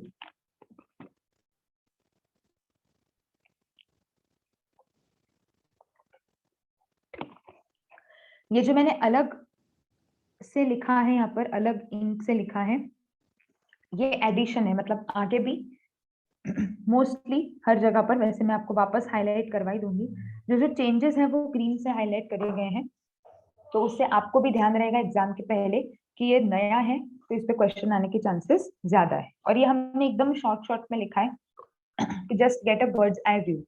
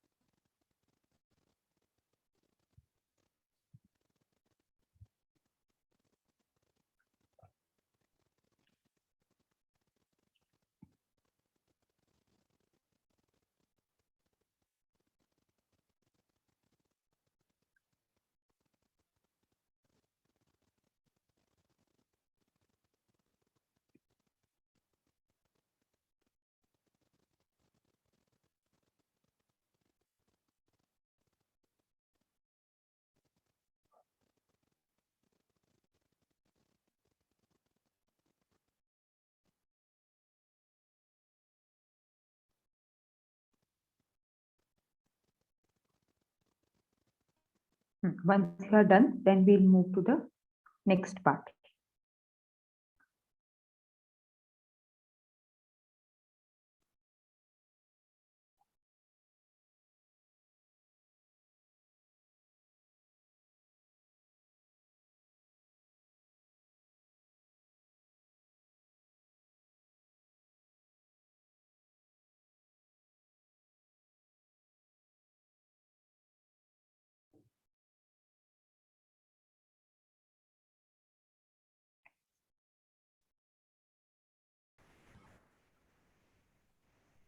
चलो अब आ जाते हैं आगे। सो कैपिटल गेन, तो कुछ बोल रहे हो क्या? नहीं। सो नाउ कैपिटल गेन दो तरीके से चार्जेबल होता है, that is your capital gain can be either short term capital gain और long term capital gain depending on the period of holding. ठीक है, सो अलग अलग अंतर रखना क्यों जरूरी है, हमने बेसिक ये सब चीजें पढ़ी हुई भी है कि हमारा एक तो कैलकुलेशन का तरीका अलग होता है, जो लॉन्ग टर्म कैपिटल गेन होता है उसको निकालने का तरीका अलग है, और जो शॉर्ट टर्म कैपिटल गेन होता है उसको निकालने का तरीका हमारा अलग होता है, प्लस जो टैक्सेशन का तरीका है वो भी अलग है। लॉन्ग टर्म कैपिटल गेन पे अलग तरीके से टैक्स कैलकुलेट होता है, शॉर्ट टर्म पे अलग तरीके से कैलकुलेट होता है, तो हमें ये डिस्टिंग्विश करना आना जरूरी है। ठीक है, अब बेसिक जो डेफिनेशन है वो आपको बता देती है कि पीरियड ऑफ होल्डिंग के हिसाब से how to determine whether a capital asset is a long term और a short term capital asset. But again there are some exceptions and plus there are some specific cases, मतलब ऐसे cases जो normal purchase sale के से अलग है थोड़े। अगर हम कोई एसेट के बेच रहे हैं then so it is very easy to calculate the period of holding because you purchased and then now you are selling that asset. So it is very easy कि हाँ आपने खरीदा फिर उसको बेच दिया, तो then it is falling under the definition of capital asset, falling under the definition of long term और short term capital asset, आप बता दोगे। लेकिन यहाँ पर आपको कुछ कुछ स्पेसिफिक केसेस भी दिए हुए हैं, तो पहले हम जनरल डेफिनेशन पे चलेंगे, फिर हम एक्सेप्शंस पे चल के स्पेशल केसेस पे चलेंगे। डेफिनेशन दी हुई है आपको शॉर्ट टर्म की, ठीक है, डेफिनेशन आपको बताई गई है शॉर्ट टर्म की। एज पर 242A, short term capital asset means a capital asset held by an assessee not more than 36 months, 36 months से ज्यादा नहीं होना चाहिए। अगेन सो क्या क्या हो सकता है, 36 मंथ से लेस देन हो सकता है या इक्वल टू हो सकता है। एक और इम्पोर्टेंट बात जो कि डीटी की शुरुआत में ही दिमाग में बिठा लेना है, हमेशा ये इक्वल टू की साइन बहुत परेशान करती है, ठीक है। इक्वल टू की साइन पे क्वेश्चंस आ जाते हैं और हम उलझते हैं, ये बहुत जनरल सी बात है, क्योंकि हमारा एक जो नॉर्मल तरीका होता है पढ़ने का, हम ऐसे ध्यान रख लेते हैं कि हाँ 36 महीना, 36 महीने से ज्यादा है तो ये, 36 महीने से कम है तो ये, एग्जैक्टली 36 मंथ पे क्या होगा ये हम कभी कभी भूल जाते हैं, कभी कभी कंफ्यूज हो जाते हैं। सिमिलरली जो मॉनेटरी लिमिट्स होती हैं, जैसे हम अभी आगे पढ़ेंगे कि 10 लाख से ज्यादा अगर होता है तो ये होगा या वो होगा, तो एग्जैक्टली 10 लाख पर क्या होगा वो भी हमें पता होना जरूरी है। तो प्रोविजन में कहाँ एक्सीड लिखा है, कहाँ लेस देन लिखा है, कहाँ इक्वल टू और मोर देन लिखा है, यहाँ पर इन बातों पर भी ध्यान देना बहुत ज्यादा जरूरी है अब से, ठीक है, क्योंकि नॉर्मली ऐसे केसेस आ जाते हैं एग्जाम में एंड हम प्रोविजन सब अच्छे से पता होता है लेकिन उस पॉइंट पर आके अटक जाते हैं कि यार एग्जैक्टली 10 लाख पे क्या था, है ना। ये प्रैक्टिकली होता है, हमारे साथ भी हुआ है एग्जाम देते वक्त कि एग्जैक्ट वाले फिगर पर आकर कभी कभी दिक्कत आती है। तो इन चीजों पर आपको बहुत ज्यादा ध्यान देना है। सो क्या बोला है, नॉट मोर देन, मतलब 36 से ज्यादा नहीं, तो कम भी हो सकता है बराबर भी हो सकता है, तो उसे क्या बोला जाएगा, शॉर्ट टर्म बोला जाएगा, otherwise it will be a long term. तो अब ये कैसे प्राइवेट पब्लिक कंपनी जैसे डिफाइन किया है 29A, long term means an asset which is not a short term, तो जो शॉर्ट टर्म नहीं है वो लॉन्ग टर्म हो गई, ठीक है। अब एक्सेप्शन किस किस के बारे में बोला गया है, तो दो चीजें हैं, कुछ असेट्स हैं जिनके ऊपर आपका 12 मंथ्स का लिमिट लगता है और कुछ पर 24 मंथ्स का। अब यहाँ पे एक और चीज ध्यान देने लायक है कि यहाँ पर इन्होंने कहीं पे भी 3 साल नहीं लिखा है, 36 मंथ्स लिखा है। तो इसके पीछे भी रीजन होते हैं, जो भी प्रोविजन बनाए जाते हैं, जब आप लोग बोलते हो 1 ईयर और जब आप बोलते हो 12 मंथ्स, उसके पीछे भी कभी कभी रीजंस होते हैं, उसके पीछे भी लॉजिक्स होते हैं। यहाँ पर आपको 36 महीने गिनने हैं, ठीक है, तो आपको डेट से बात करनी पड़ेगी, डेट से आपको देखना पड़ेगा कि आपने कब से कब तक का होल्ड करके रखा है। देखो, a capital asset held by an assessee for more than 36 month immediately preceding the date of its transfer. क्या होता है, हम लोग कभी कभी 18 से 21 3 साल हो गए ऐसा काउंट कर लेते हैं, लेकिन एक्चुअली डेट से डेट गिननी पड़ती है। जैसे जब बर्थडे की बात होती है तो नॉर्मली एक वो होता है कि अगर मेरा बर्थडे से फॉर एग्जांपल 10 मार्च को आ रहा है तो हम क्या बोलते हैं, अगर मैं 10 मार्च को से फॉर एग्जांपल कोई व्यक्ति 28 साल का हो रहा है तो वो क्या बोलेगा, नहीं 9 मार्च तक तो मैं 27 का ही हूँ, मेरी उम्र एक दिन बाद बढ़ने वाली है ना। ये एक नॉर्मल टेंडेंसी होती है कि आज तो मैं छोटा हूँ तो कल मेरी एज बढ़ने वाली है। So debt plays an important role. आपकी एज में भी ऐसा होता है, अगर आप ईयर वाइज काउंट करो तो हो सकता है आपकी एज अलग आए, पर अगर आप डेट वाइज काउंट करो तो हो सकता है आपकी एज अलग आए, क्योंकि आप सपोज 24 ईयर्स कुछ मंथ्स कंप्लीट कर चुके हो, एग्जैक्ट 25 तो बर्थडे के डे पे ही कंप्लीट होगा। सो ये चीजें एग्जाम में भी ध्यान देने की होती है। तो आपको क्वेश्चन में वो लोग दे देते हैं 28 मार्च 2021 से फॉर एग्जाम्पल, तो हो सकता है कि जो आपको डेट दी है क्वेश्चन में तो 2021 और 2022 दे दिया, तो बच्चा देखने में देख लेता है हाँ 1 साल हो रहा है और लॉन्ग टर्म समझ के सॉल्व कर देगा या शॉर्ट टर्म समझ के सॉल्व कर देगा, एज द केस में भी। इधर का हिस्सा भी देखना जरूरी है कि अगर इधर 25 मार्च लिखा है तो अभी 12 महीने कंप्लीट नहीं हो रहे हैं, 12 महीने कंप्लीट नहीं हो रहे हैं तो हमारा ये 12 मंथ्स की कैटेगरी की अगर मैं बात करूं तो शॉर्ट टर्म में जाएगा, अदरवाइज लॉन्ग टर्म में जाएगा। If I am talking about the 12 months category, 36 में होगा तो 36 महीने काउंट करने, ठीक है। तो this is very very important कि अगेन जो मैंने थोड़ी देर पहले बोला कि डेट का ध्यान रखना जरूरी है, सिर्फ ईयर से काम नहीं चलेगा। चलो अब आ जाते हैं 12 मंथ्स किस पे है और 24 मंथ्स किस पर है। So 12 months security listed in a recognised stock exchange, security, ठीक है, सिर्फ शेयर्स नहीं लिखा है, सिक्योरिटी कोई सी भी लिस्टेड सिक्योरिटी है वो आपकी 12 मंथ्स के बेस पे रहेगी। 12 मंथ से ज्यादा है तो लॉन्ग टर्म, नहीं तो short term. Unit of equity oriented fund, date oriented fund है तो नहीं, इक्विटी ओरिएंटेड फंड है तो ही 12 मंथ्स में आएगा। एंड लास्ट होता है आपका जीरो कूपन बॉन्ड। 24 मंथ्स में आते हैं अनलिस्टेड शेयर्स। अब ये देखो, अगेन ये छोटी छोटी सी डिटेल्स होती है जिसपे ध्यान देना अभी से जरूरी है, ताकि आप नोट्स उस तरीके से बनाओगे। यहाँ पे उन्होंने बोला है सिक्योरिटी लिस्टेड, और यहाँ पे बोला है अनलिस्टेड शेयर्स। मतलब अगर अनलिस्टेड डिबेंचर्स हैं या कोई और सिक्योरिटी है अदर देन शेयर्स, तो वो 24 मंथ्स में नहीं आ रहा है।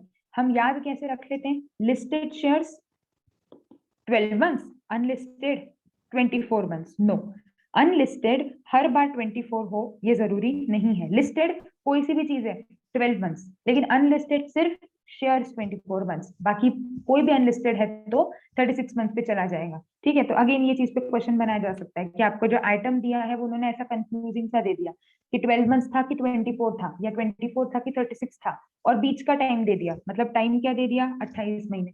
तो अगर तुम 24 के हिसाब से करो तो तुम्हारा लॉन्ग टर्म हो जाता है, और 36 के हिसाब से करो तो तुम्हारा शॉर्ट टर्म हो जाता है ना। तो वो पूरा क्वेश्चन ही हिल जाएगा उस चक्कर में। सो अनलिस्टेड शेयर्स कहां पर आएगा, लिस्टेड कहां पर आएगा। लैंड और बिल्डिंग और बोथ इमूवेबल प्रॉपर्टी को 24 महीना कर दिया है।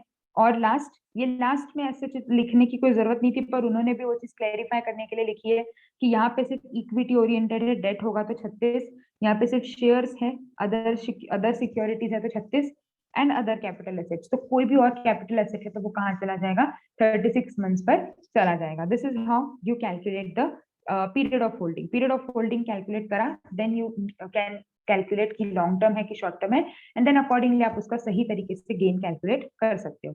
अब आ जाते हैं थोड़े से स्पेशल केसेस पर।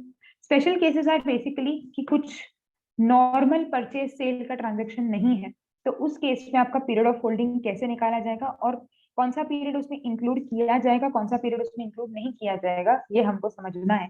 तो फर्स्ट केस, इसमें से जो जो इंपॉर्टेंट है नॉर्मली जिस पे क्वेश्चन आते हैं वो भी मैं मार्क करवा दूंगी आपको। फर्स्ट है where shares are held in a company liquidation. Company liquidate हो रही है, बंद हो रही है, तो उसके शेयर्स जब डिस्ट्रीब्यूट करे जाते हैं, होता क्या है, शेयर्स डिस्ट्रीब्यूट करना मतलब बेसिकली शेयर्स के बदले में आप सामने वाले को पेमेंट करते हो। कंपनी लिक्विडेट हो रही है, लिक्विडेशन आप लोगों ने अकाउंट्स वगैरह में भी पढ़ा हुआ होगा पहले। तो जब कंपनी लिक्विडेट हो रही है, बंद हो रही है, तो अब आप उसके बदले में क्या करते हो, ट्रांसफर कर देते हो असेट्स वगैरह, और कंपनी अब बंद होगी, असेट्स बेचे जाएंगे, लाइबिलिटी सेटल हो जाएंगी।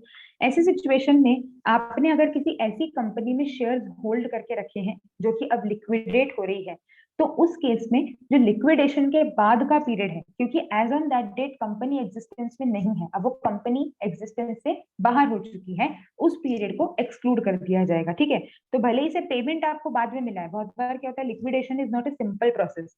जो बड़ी बड़ी कंपनीज होती है उसमें तो बहुत ही टाइम लगता है।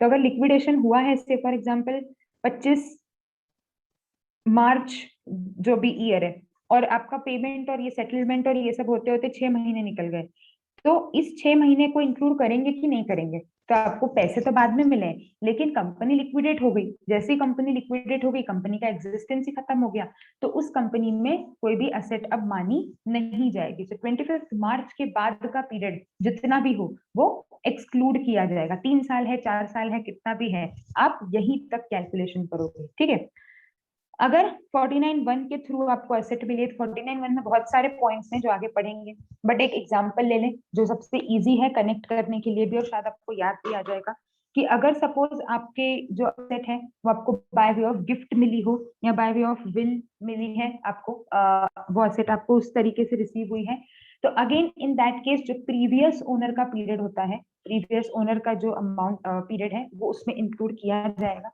तो अगर सपोज मुझे मेरे फादर ने कोई एसेट गिफ्ट करी, मेरे फादर ने वो एसेट खरीदी थी से फॉर एग्जांपल 1985 में, और मुझे वो एसेट मिली है आज 2021 में, और मैं उस एसेट को मेंटेन नहीं कर पा रही हूँ, तो मैंने उस एसेट को 2022 में बेच दिया, तो यहाँ पर मेरा पीरियड ऑफ होल्डिंग सिर्फ इतना नहीं माना जाएगा, ये पूरा माना जाएगा। ठीक है, अगेन उसके पीछे भी लॉजिक होता है जो आगे और अपने को समझ में आएगा, बट फिर भी अभी मैं थोड़ा सा आपको बताते जाऊं कि ये जो बीच का ट्रांजेक्शन होता है इसे डिपार्टमेंट ट्रांसफर नहीं मानता।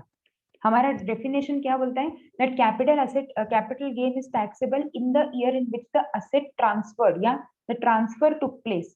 तो जब ट्रांसफर होगा तभी आपका कैपिटल एसेट कैपिटल गेन माना जाएगा। अगर ट्रांसफर ही नहीं हो रही है कोई एसेट तो उस पर कैपिटल गेन लगेगा ही नहीं। दोनों चीजें, अगर कैपिटल एसेट ही नहीं है तो कैपिटल गेन नहीं लगेगा, अगर ट्रांसफर ही नहीं है तो कैपिटल गेन नहीं लगेगा। तो अगर ट्रांसफर नहीं माना जाएगा मतलब यहाँ पर आपने कोई कैपिटल गेन टैक्स दिया ही नहीं, यहाँ पर कोई कैपिटल गेन कैलकुलेट हुआ ही नहीं, तो यहाँ से लेकर के यहाँ तक का पूरा कैपिटल गेन एक साथ निकाला जाता है। ठीक है, तो इसीलिए आपके बहुत सारे पॉइंट्स ऐसे इंटरलिंक होंगे इस चैप्टर में, तो वो मैं आपको कनेक्ट करवाती जाऊंगी ताकि आप ओवरऑल सारे एस्पेक्ट्स समझ सको। नेक्स्ट होता है आपका इन्वेंट्री, अगर कन्वर्ट हो रही है इन अ कैपिटल एसेट। जैसे सपोज मैंने जो लैंड वाला एग्जांपल लिया था स्टार्टिंग में कि मेरा लैंड बेचने और खरीदने का बिजनेस है, पर वो बिजनेस चला नहीं। मैंने शुरुआत तो करी, 3-4 लैंड खरीदी, बेचना शुरू करी, पर वो कुछ खास उसमें इतना दम नहीं पकड़ा। उल्टा इन्वेस्टमेंट बहुत हो गया कि लैंड इतनी सारी खरीद खरीद के रखी है और अब वो लैंड कुछ बिक नहीं रही, कोई खरीद नहीं रहा। तो मैंने क्या किया, उस लैंड पे कुछ दूसरा बिजनेस स्टार्ट कर दिया, उस लैंड पे कुछ कंस्ट्रक्शन वगैरह करवा के मैंने मेरा ऑफिस डाल लिया और वहां मेरा दूसरा कुछ काम करना स्टार्ट कर दिया। अब वो लैंड मेरे बिजनेस की क्या हो गई, कैपिटल एसेट हो गई। पहले वो मेरे बिजनेस की इन्वेंट्री थी। तो अगर ऐसा होता है तो फिर आपका पीरियड ऑफ होल्डिंग कहाँ से काउंट किया जाएगा?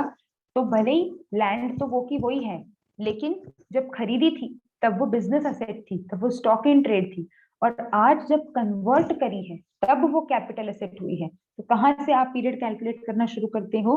From the date of conversion shall be considered. ये ऐसे बहुत केसेस होते हैं, लैंड वैंड में तो बहुत ही होते हैं, रियल एस्टेट में कि आप अपना ऑफिस बना लेते हो, अपने अपने बिजनेस के एसेट को अपना ऑफिस बना लेते हो। जैसे कोई रियल एस्टेट का पर्सन है तो उसने 10 ऑफिस बनवाए, क्यूबिकल्स बनवाए बेचने के लिए, उसमें से एक उसने खुद ही ने रख लिया कि हाँ चलो इसमें मैं मेरा ऑफिस सेटअप कर लूंगा और बाकी के मैं सेल कर लूंगा। तो कुछ कैपिटल एसेट से स्टॉक में कन्वर्ट हो सकता है, कुछ स्टॉक से कैपिटल एसेट में कन्वर्ट हो सकता है। In any case capital asset का पीरियड तब तक ही माना जाएगा जब तक वो कन्वर्ट हुई है। उसके पहले या उसके बाद वो बिजनेस एसेट मानी जाएगी, स्टॉक इन ट्रेड माना जाएगा।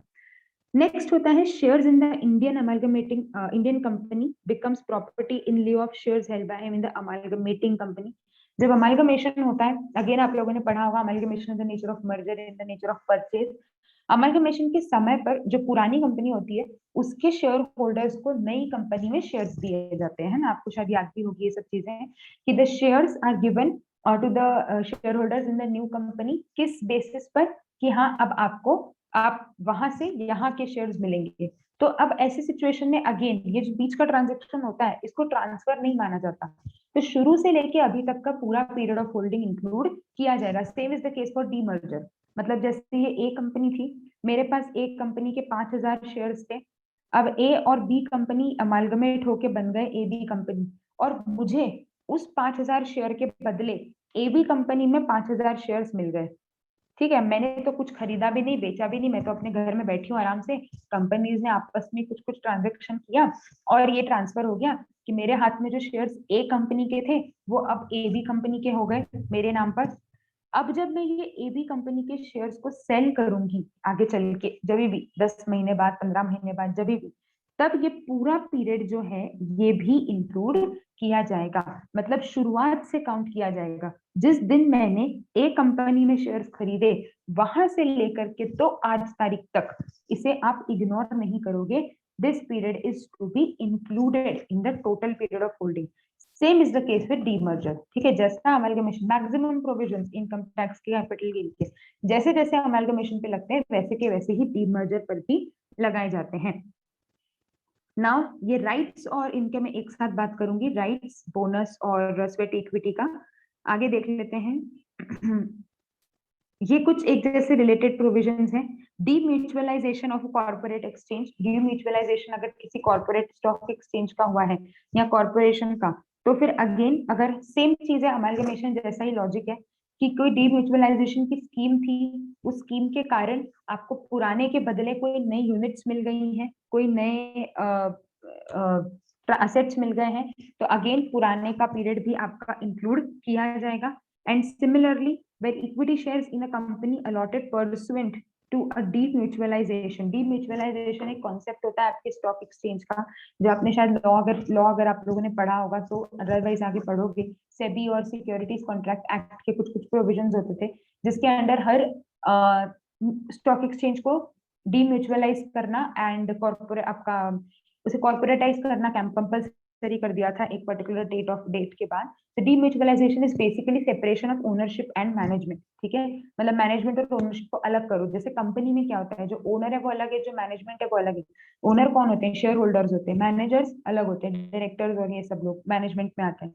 तो सेम चीज इधर भी बोली थी रिकॉग्नाइज एक्सचेंजेस में, डीम्यूचुअलाइज करना मतलब सेपरेट करना ओनरशिप और मैनेजमेंट को। तो उन ट्रांजेक्शन में भी ये हुआ था कि यूनिट्स ट्रांसफर होना, शेयर्स और ये सब चीजें ट्रांसफर होना। ऐसे सिचुएशन में अगर कुछ ट्रांजेक्शन हुआ है, पुराना पीरियड भी इंक्लूड किया जाएगा। The period for which the person was a member of the recognised stock exchange immediately prior to such demutualisation will be included. उसके पहले का भी आएगा, उसके बाद का भी आएगा, ठीक है।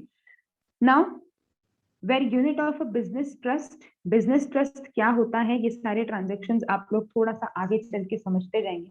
बिजनेस ट्रस्ट एक अलग तरीके का ऑर्गेनाइजेशन होता है बेसिकली, जो कि आप कह सकते हो it is related to your transactions of transfer of units and transfer of capital asset. At this stage थोड़ा थोड़ा समझ में आएगा, ज्यादा नहीं समझ आएगा, धीरे धीरे करके हम इसको लिंक करते चलेंगे। तो अगर यूनिट ऑफ बिजनेस ट्रस्ट के बदले में भी आपको कोई शेयर्स या कुछ मिला है, अगेन ये सारे पॉइंट्स एक जैसे हैं कि जब भी कोई स्कीम का कन्वर्जन होता है, जब भी कोई कंपनी अमालगमेट होती है, जब भी कोई कंपनी डीमर्ज होती है, म्यूचुअल फंड्स की अलग अलग स्कीम्स होती हैं। जैसे अगला वही वाला पॉइंट आ गया, म्यूचुअल फंड जब आप खरीदते हो तो आपको अलग अलग स्कीम्स बताई जाती हैं, ठीक है। कभी आप पूछना अगर फैमिली में किसी ने इन्वेस्ट किया है या आप खुद कभी इन्वेस्ट करने जाते हो, तो आपको स्कीम्स बताई जाती है कि मैडम ये इस स्कीम में आप इतने इतने पैसे डाल सकते हो। तो मैंने सपोज स्कीम ए में 15,000 रुपए डाले थे, और जो कंपनी है, म्यूचुअल फंड कंपनी है, उन्होंने ये स्कीम ए और एक स्कीम बी को मर्ज कर दिया, ठीक है। दो अलग अलग स्कीम्स थी, उनको मर्ज कर दिया। अब उसके कारण, उस मर्जिंग के कारण मेरे शेयर्स पे भी इम्पैक्ट आया, ऑब्वियसली मेरे म्यूचुअल फंड्स पे भी इम्पैक्ट आया। उन म्यूचुअल फंड्स के केस में वापस अब जब मैं इसको बेचूंगी, तो ये स्कीम ए से लेकर के पूरा पीरियड इसमें इंक्लूड किया जाएगा। सो क्या लिखा है, the period for which the units in the consolidating scheme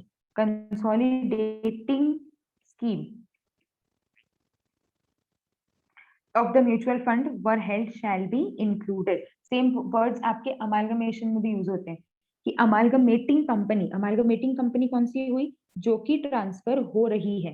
तो अमालगमेटिंग कंपनी से अमालगमेटेड कंपनी का जो गया वो, वैसा ही कंसोलिडेटिंग स्कीम से कंसोलिडेटेड स्कीम पर जो ट्रांसफर हुआ, दैट इज अगेन इसमें पुराना और नया पीरियड भी इंक्लूडेड होता है।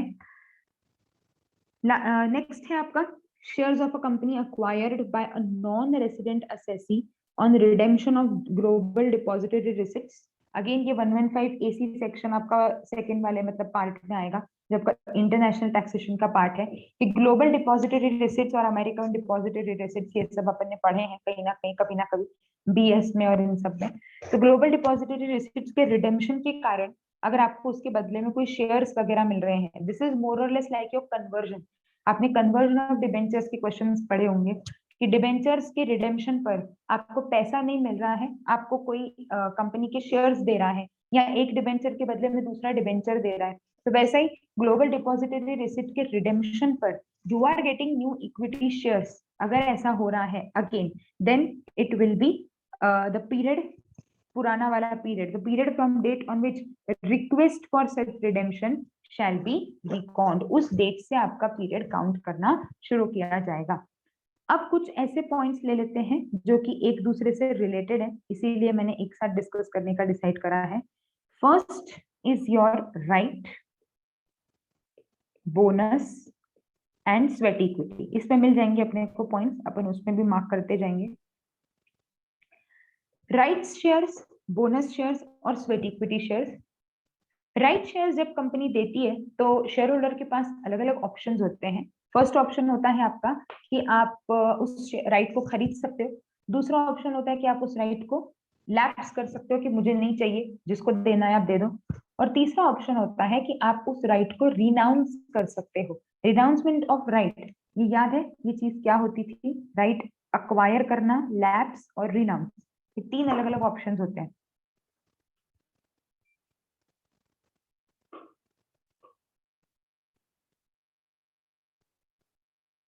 What is the meaning of renouncement of right? अगर ध्यान आ रहा हो तो, नहीं तो फिर मैं वापस समझा दूंगी, कोई दिक्कत नहीं। याद नहीं है। कोई दिक्कत नहीं, होता है, वो अपन बहुत टाइम हो जाता है।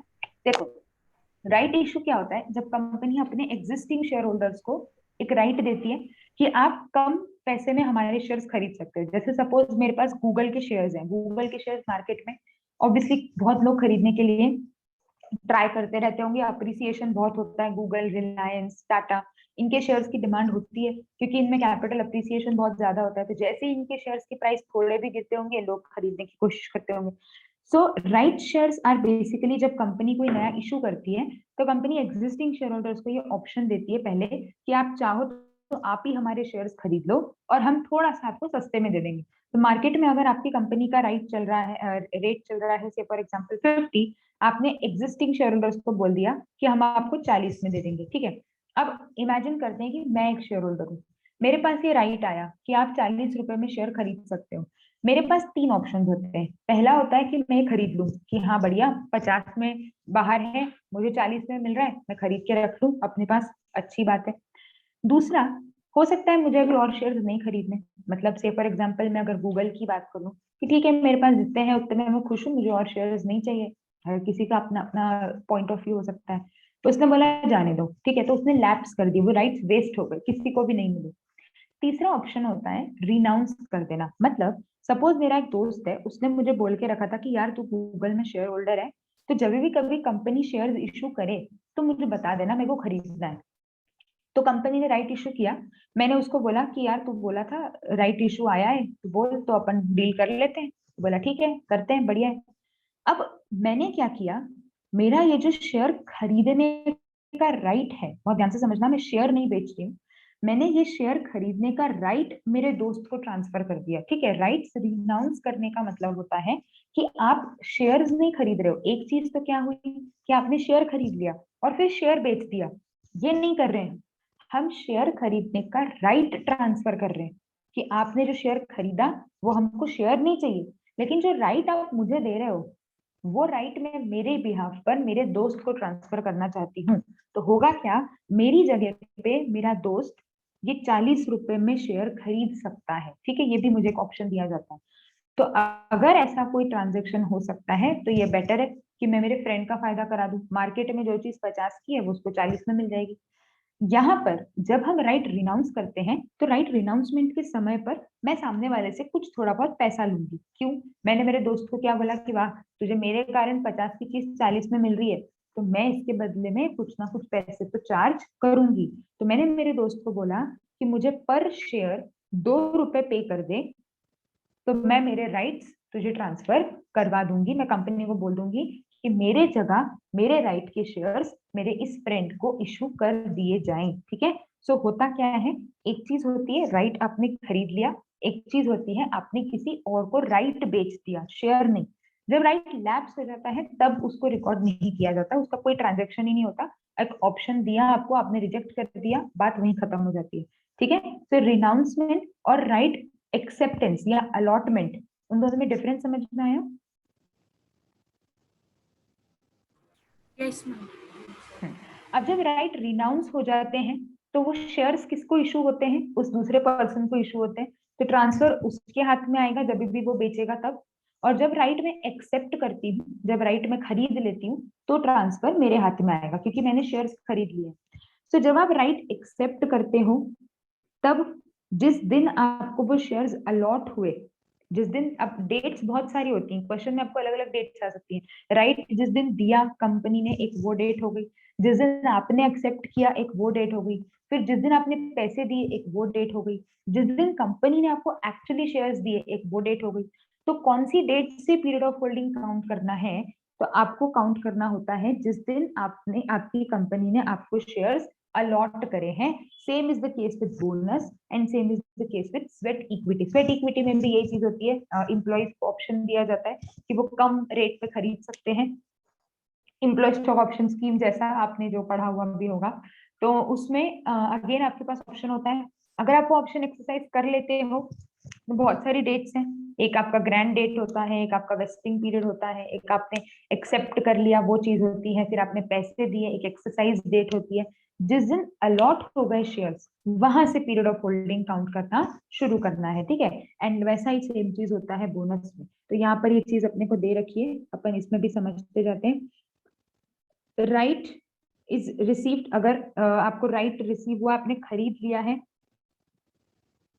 तो जिस दिन अलॉट हुआ है that date where the right to subscribe which is renounced in favour, अगर आपने राइट रिनाउंस कर दिया तो फिर डेट ऑफ ऑफर से पीरियड ऑफ होल्डिंग काउंट किया जाएगा। अब पीरियड ऑफ होल्डिंग यहाँ काउंट क्यों कर रहे हैं, जो सवाल हमारे दिमाग में आएगा कि मैंने तो राइट रिनाउंस कर दिया, तो मेरे हाथ में तो कोई एसेट ही नहीं है, तो फिर काहे का पीरियड ऑफ होल्डिंग, काहे का कैपिटल गेन, नहीं।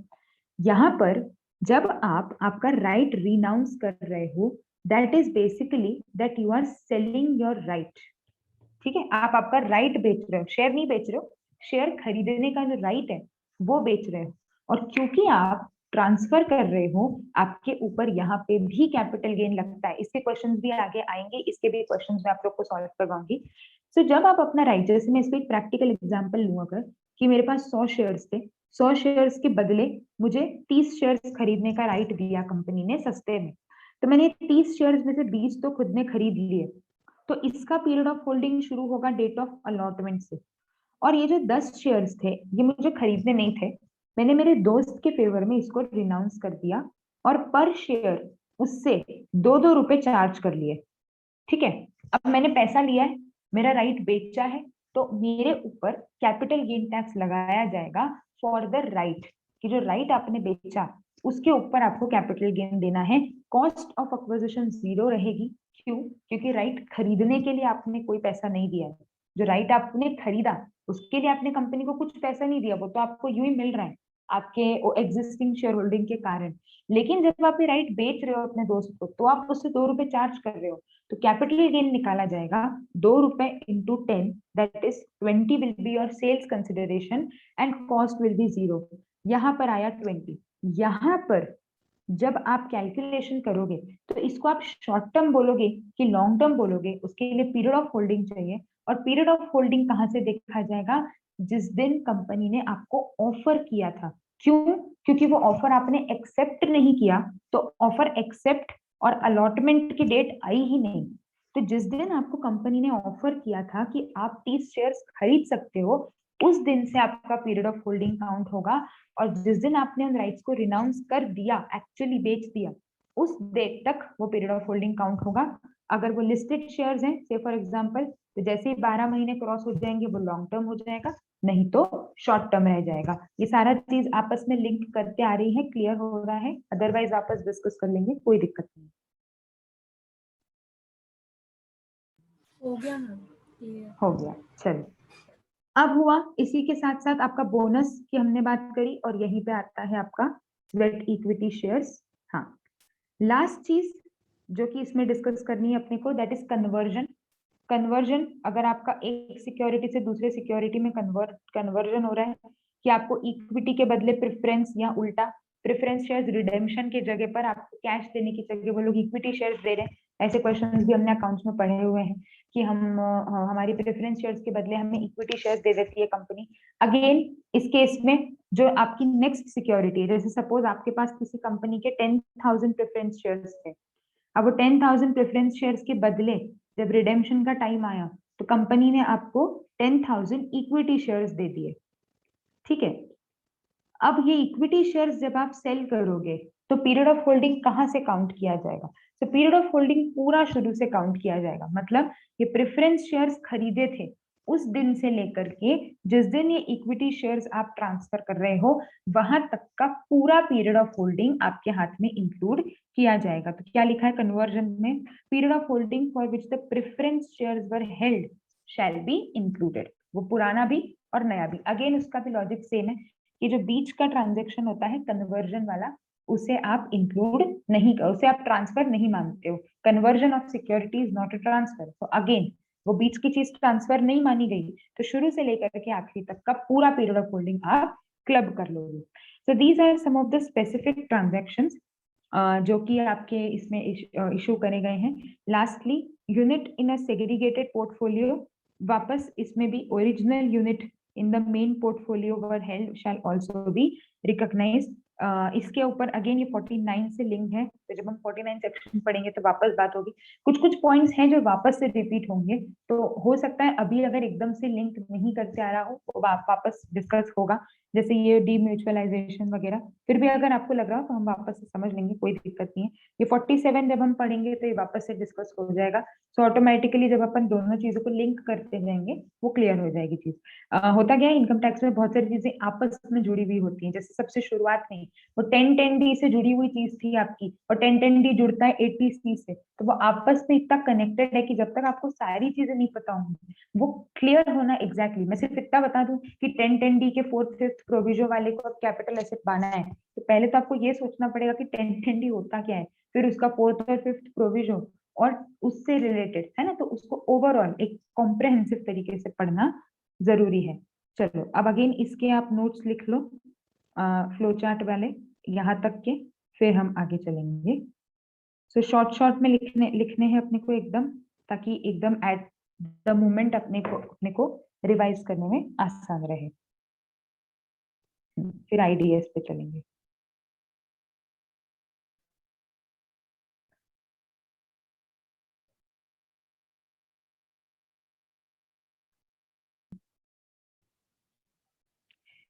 Now moving on. So period of holding के बारे में हमने समझा। अब सॉरी, एक और स्पेसिफिक पॉइंट है again related to period of holding only. एक इनकम डिक्लेरेशन स्कीम डिपार्टमेंट ने लॉन्च करी थी। ऐसी स्कीम्स हर थोड़े थोड़े सालों में डिपार्टमेंट लाता रहता है। आईडीएस बेसिकली होता क्या है कि जैसे बहुत बार ये अपन एक एग्जांपल समझ सकते हैं कि सपोज कोई चोरी हुई, कोई क्लासरूम है वहां पर कोई चोरी हुई है, तो आप पहले तो एक ऑप्शन देते हो सामने वाले को, मतलब बच्चों को, या जैसे सपोज कोई भी रूम है वहां पर किसी की कोई चीज मिसिंग है, तो फर्स्ट जो कोऑर्डिनेटर है उसने एक ऑप्शन दिया कि जिसने भी लिया है प्लीज खुद होके बता दीजिए, सरेंडर कर दीजिए, तो हम आपकी जो पनिशमेंट है वो थोड़ी सी कम कर देंगे। ठीक है, ये एक जनरल लॉ ऑफ नेचर है कि अगर सामने वाला अपनी गलती एक्सेप्ट कर लेता है तो उसकी तरफ थोड़ी सी नरमाई में वो करी जा सकती है, रखी जा सकती है कि ठीक है इसको थोड़ी सी कम पनिशमेंट दे दो, थोड़ा सा स्ट्रिक्ट कम हो जाओ उसके साथ, कि उसने चीटिंग करी पर उसने बता दिया कि सॉरी सर मुझसे गलती हो गई, at least is accepting his mistake. A person who makes a mistake but keeps on defending कि नहीं मैंने गलत नहीं किया, गलत नहीं किया, till the point that you prove him wrong, is more guilty. उसके ऊपर ज्यादा बड़ी सजा होती है, उसके ऊपर ज्यादा स्ट्रिक्ट एक्शन लिए जाते हैं कि तुम्हारे पास 10 बार तुमको बोला था कि अपनी गलती मान लो, फिर भी तुमने नहीं मानी। Same is the case with tax evasion. हम सबको पता है कि एक प्रैक्टिकल बात है कि हर कोई अपना टैक्स बचाना चाहता है, हर कोई अपना टैक्स कम रखना चाहता है, कोई भी अपनी इनकम में से सरकार को पैसे नहीं देना चाहता। जनरल नोशन है, उसमें गलत सही का कोई बात ही नहीं आती है। पैसे बचाना is something which is a very basic attitude, and specifically अगर वो टैक्स के नाम पर है तब तो हर कोई चाहता है। तो टैक्स इवेजन बहुत ज्यादा बढ़ जाता है, बहुत कभी कभी सिचुएशन आउट ऑफ कंट्रोल जाने लगती है तब। तो गवर्नमेंट क्या करती है, ऐसी कोशिशें करती है। नो डाउट गवर्नमेंट के पास दूसरे बहुत सारे तरीके हैं जो आगे आपके सिलेबस में आएंगे, जो आप पढ़ते भी हो, कि रेड करना अलग अलग जगहों पर, आप छापे मारते हो और इन सब के थ्रू आपकी इलीगल इनकम बाहर आती है। तो वो सब तरीके हैं, बट आप बहुत बार असेसी को खुद को चांस दे देते हो कि ठीक है तुमने पहले नहीं शो किया, मान लिया तुमने भूल गए, गलती हो गई, अब तुम अगर अपनी गलती सुधारना चाहते हो, अब अगर तुम एक सही तरीके से काम करना चाहते हो, तो हम आपको एक ऑप्शन दे रहे हैं, इनकम डिक्लेरेशन स्कीम। ये 2016 में आई थी। इनकम डिक्लेरेशन स्कीम मतलब क्या कि आप खुद से खुद की इनकम डिस्क्लोज कर दो जो पहले छुपाई थी। अब आप खुद होके बता दो कि सॉरी हमने गलती हुई, हमने ये चीज छुपाई, हमने इस पे टैक्स चोरी किया, तो हम आपसे कंपैरेटिवली कम पेनल्टी और comparatively come rate of tax पे चार्ज कर देंगे। तो अगर हमने पकड़ा तो हम ज्यादा पनिशमेंट लगाएंगे, हम ज्यादा टैक्स लगाएंगे, हम ज्यादा पेनल्टी लगाएंगे। लेकिन अगर आपने खुद होके बता दिया तो we will be charging a lesser amount as compare to that case. ठीक है, तो ऐसे केसेस में इनकम डिक्लेरेशन स्कीम लॉन्च करी जाती है, लोग बहुत सारी डिक्लेयर करते भी हैं ऐसे केसेस में। सो अब सपोज किसी व्यक्ति ने कोई इमूवेबल प्रॉपर्टी डिक्लेयर कर दी, ठीक है, बहुत बार ये पहले होता था, आजकल तो रजिस्ट्रीज ऑनलाइन और ये होने लगी, लेकिन फिर भी रियल एस्टेट में बहुत स्कोप है कहीं ना कहीं से गली निकाल के इलीगल काम करने का, पर पहले तो बहुत ही हुआ है कौन सी जमीन, जो बेनामी वगैरह भी आप लोग सुनते होंगे कि कौन सी जमीन किसके नाम पे अलॉट हुई, किसके हाथ में है, किसने किसको परभारे बेच दी, रजिस्ट्री हुई नहीं हुई, बहुत सारे घोटाले होते रहते हैं। तो इमूवेबल प्रॉपर्टी सामने वाले ने वो कर दी, शो कर दी, ठीक है, कि हाँ मेरी ये इमूवेबल प्रॉपर्टी है under the income declaration scheme, कि अभी तक मैंने छुपा के रखी थी, now I am disclosing that I have this land and this is now in my books. आपने उसको बुक्स में ले लिया, अब आप इस लैंड को बेच रहे हो, ठीक है। अब प्रॉब्लम क्या आएगी, पीरियड ऑफ होल्डिंग कब से गिने, क्यों, क्योंकि क्या होता है, सपोज करो एक बहुत प्रैक्टिकल अपन केस समझे, लॉन्ग टर्म असेट में आपको कॉस्ट ऑफ एक्विजिशन पर इंडेक्सेशन मिलता है, ये हमें याद होगा, है ना, कि आपने जब वो खरीदी थी तब से लेकर के आज तक आप उसका इंडेक्सेशन लगाते हो और फिर उसको ट्रांसफर, मतलब फिर उस पर कैपिटल गेन लगाते हो।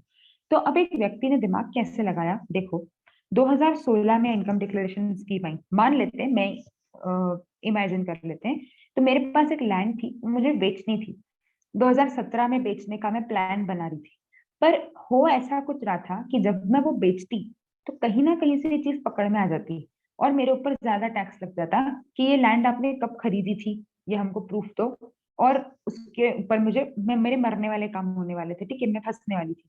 तो मैंने दिमाग लगाया कि यार एक काम करते हैं, डिक्लेरेशन स्कीम में इसको डिक्लेयर कर देते हैं, जो भी टैक्स होगा वो भर देंगे।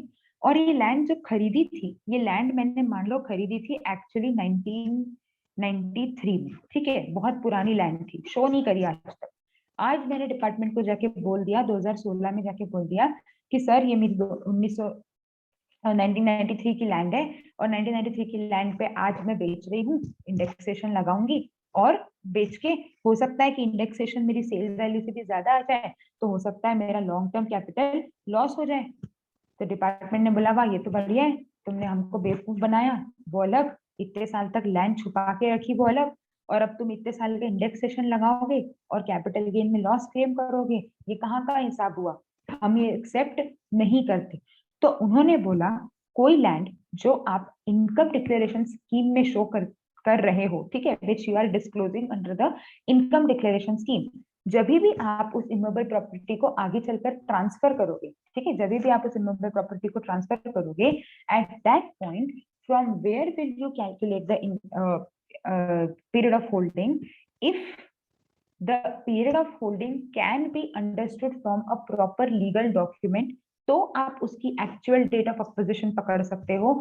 अदरवाइज जिस दिन आपने डिक्लेयर करा है उस दिन को हम मान लेंगे कि आपने उसी दिन उसे अक्वायर किया है। मतलब इसी एग्जांपल में अगर 1993 में आपने लैंड खरीदी है, इसका आपके पास कोई गवर्नमेंट डॉक्यूमेंट है जो कि प्रूफ है, उस समय का कुछ एक लेटर होना चाहिए, स्टैंप ड्यूटी अथॉरिटी का कोई लेटर हो या म्यूनिसिपल अथॉरिटी का कोई लेटर हो, कोई भी ऐसा प्रूफ हो जिस पर ये प्रूफ मिल जाए सरकार का, ठीक है, प्राइवेट एग्रीमेंट नहीं चलेगा क्योंकि वो तो झूठे यूं ही बन जाते हैं कितने रुपए देकर के कि हाँ हमने ये तारीख इस तारीख को खरीदा था, प्राइवेट एग्रीमेंट नहीं, गवर्नमेंट का कोई प्रूफ है, अगर सरकारी उस पर सील ठप्पे लगे हैं, तो फिर उसे 1993 की प्रॉपर्टी माना जाएगा। अदरवाइज अगर नहीं है तो जिस दिन आपने उसे डिक्लेयर कर दिया वो ही उसकी एक्विजिशन डेट मान ली जाएगी और वहां से उसका पीरियड ऑफ होल्डिंग कैलकुलेट होगा। तो क्या लिखा है देखें, being an immovable property for the period for which is held shall be reckoned from the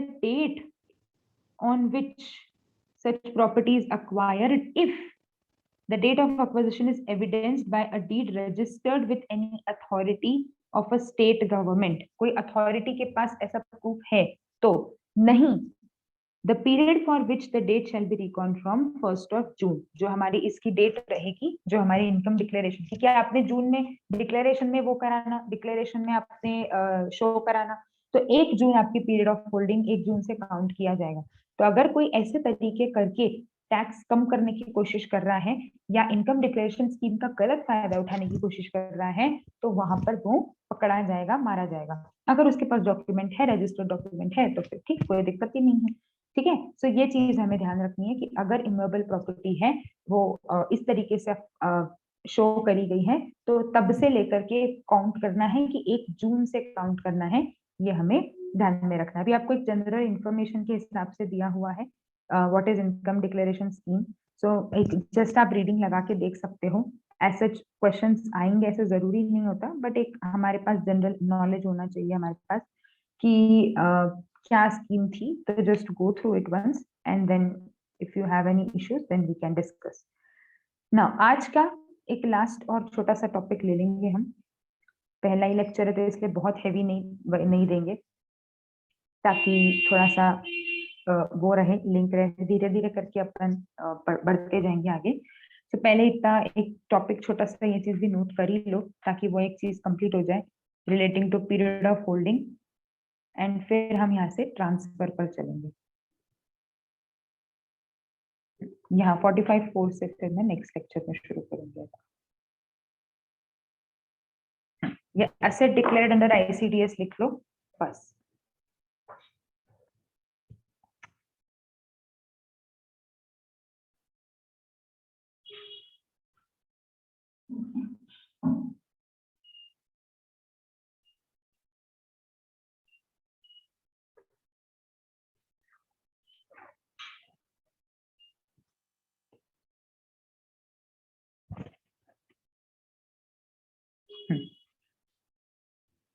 चलिए, हाँ मैम। ना लास्ट टॉपिक आज के लिए, ना व्हाट इज ट्रांसफर। अभी तक हमने बात करी कि capital gain is attracted if there is a transfer of a capital asset. तो कैपिटल एसेट तो समझ लिया, पीरियड ऑफ होल्डिंग समझ लिया, अब समझना है ट्रांसफर क्या होता है। तो आज हमारा बेसिक लेवल इंट्रोडक्शन पूरा कंप्लीट हो जाएगा, कल से हम इसके मेन पोर्शंस पर आगे बढ़ पाएंगे। Transfer is an inclusive definition, ठीक है। इंक्लूसिव मतलब इसके अलावा भी चीजों को ऐड किया जा सकता है। So transfer includes following types of transactions, ठीक है। ये चीजें आपको आंसर लिखते समय पे भी ध्यान रखी रहेंगी, तो it will enhance the quality of your answer.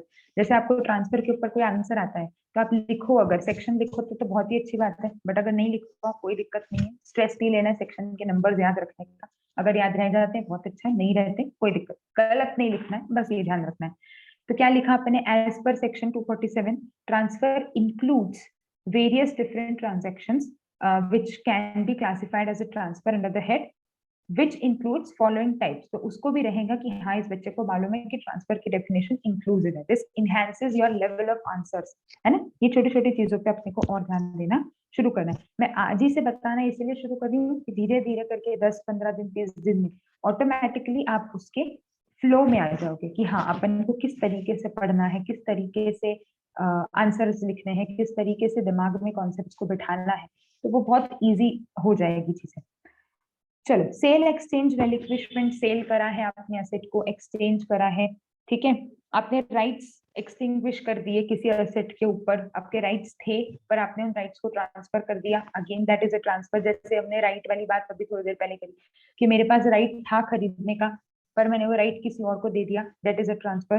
Compulsory acquisition under law, हमने बहुत बार न्यूज़पेपर में सुना है सड़क चौड़ी हो रही है, रास्ते चौड़े हो रहे हैं, तो हमारे घर का कोई एरिया है तो वो गवर्नमेंट अपने अंडर ले लेती है, उसके बदले मुझे क्या दे देती है, कंपनसेशन। डैम्स वगैरह बनते हैं तो बहुत बार इनिशियली जब डैम्स और ये बनाए जाते थे तो वो गांव के लोग बहुत विरोध करते थे क्योंकि उनकी जमीन उस केस में गवर्नमेंट कंपल्सरीली अक्वायर कर लेती है। तो कंपल्सरीली अक्विजिशन हो जाता है एंड उसके बदले में आपको कंपनसेशन दे दिया जाता है। नेक्स्ट, अगर आप कैपिटल एसेट को कन्वर्ट करते हो और स्टॉक में बना लेते हो, जो मैंने स्टार्टिंग में एग्जांपल दिया था आपको कि लैंड था उसको बिजनेस में ले लिया या बिजनेस का एसेट था उसको कैपिटल एसेट बना लिया, it goes in both the directions. So अगर कैपिटल एसेट से स्टॉक में कन्वर्ट हुआ है तो वो यहाँ पर ट्रांसफर माना जाएगा, under this particular head transfer माना जाएगा।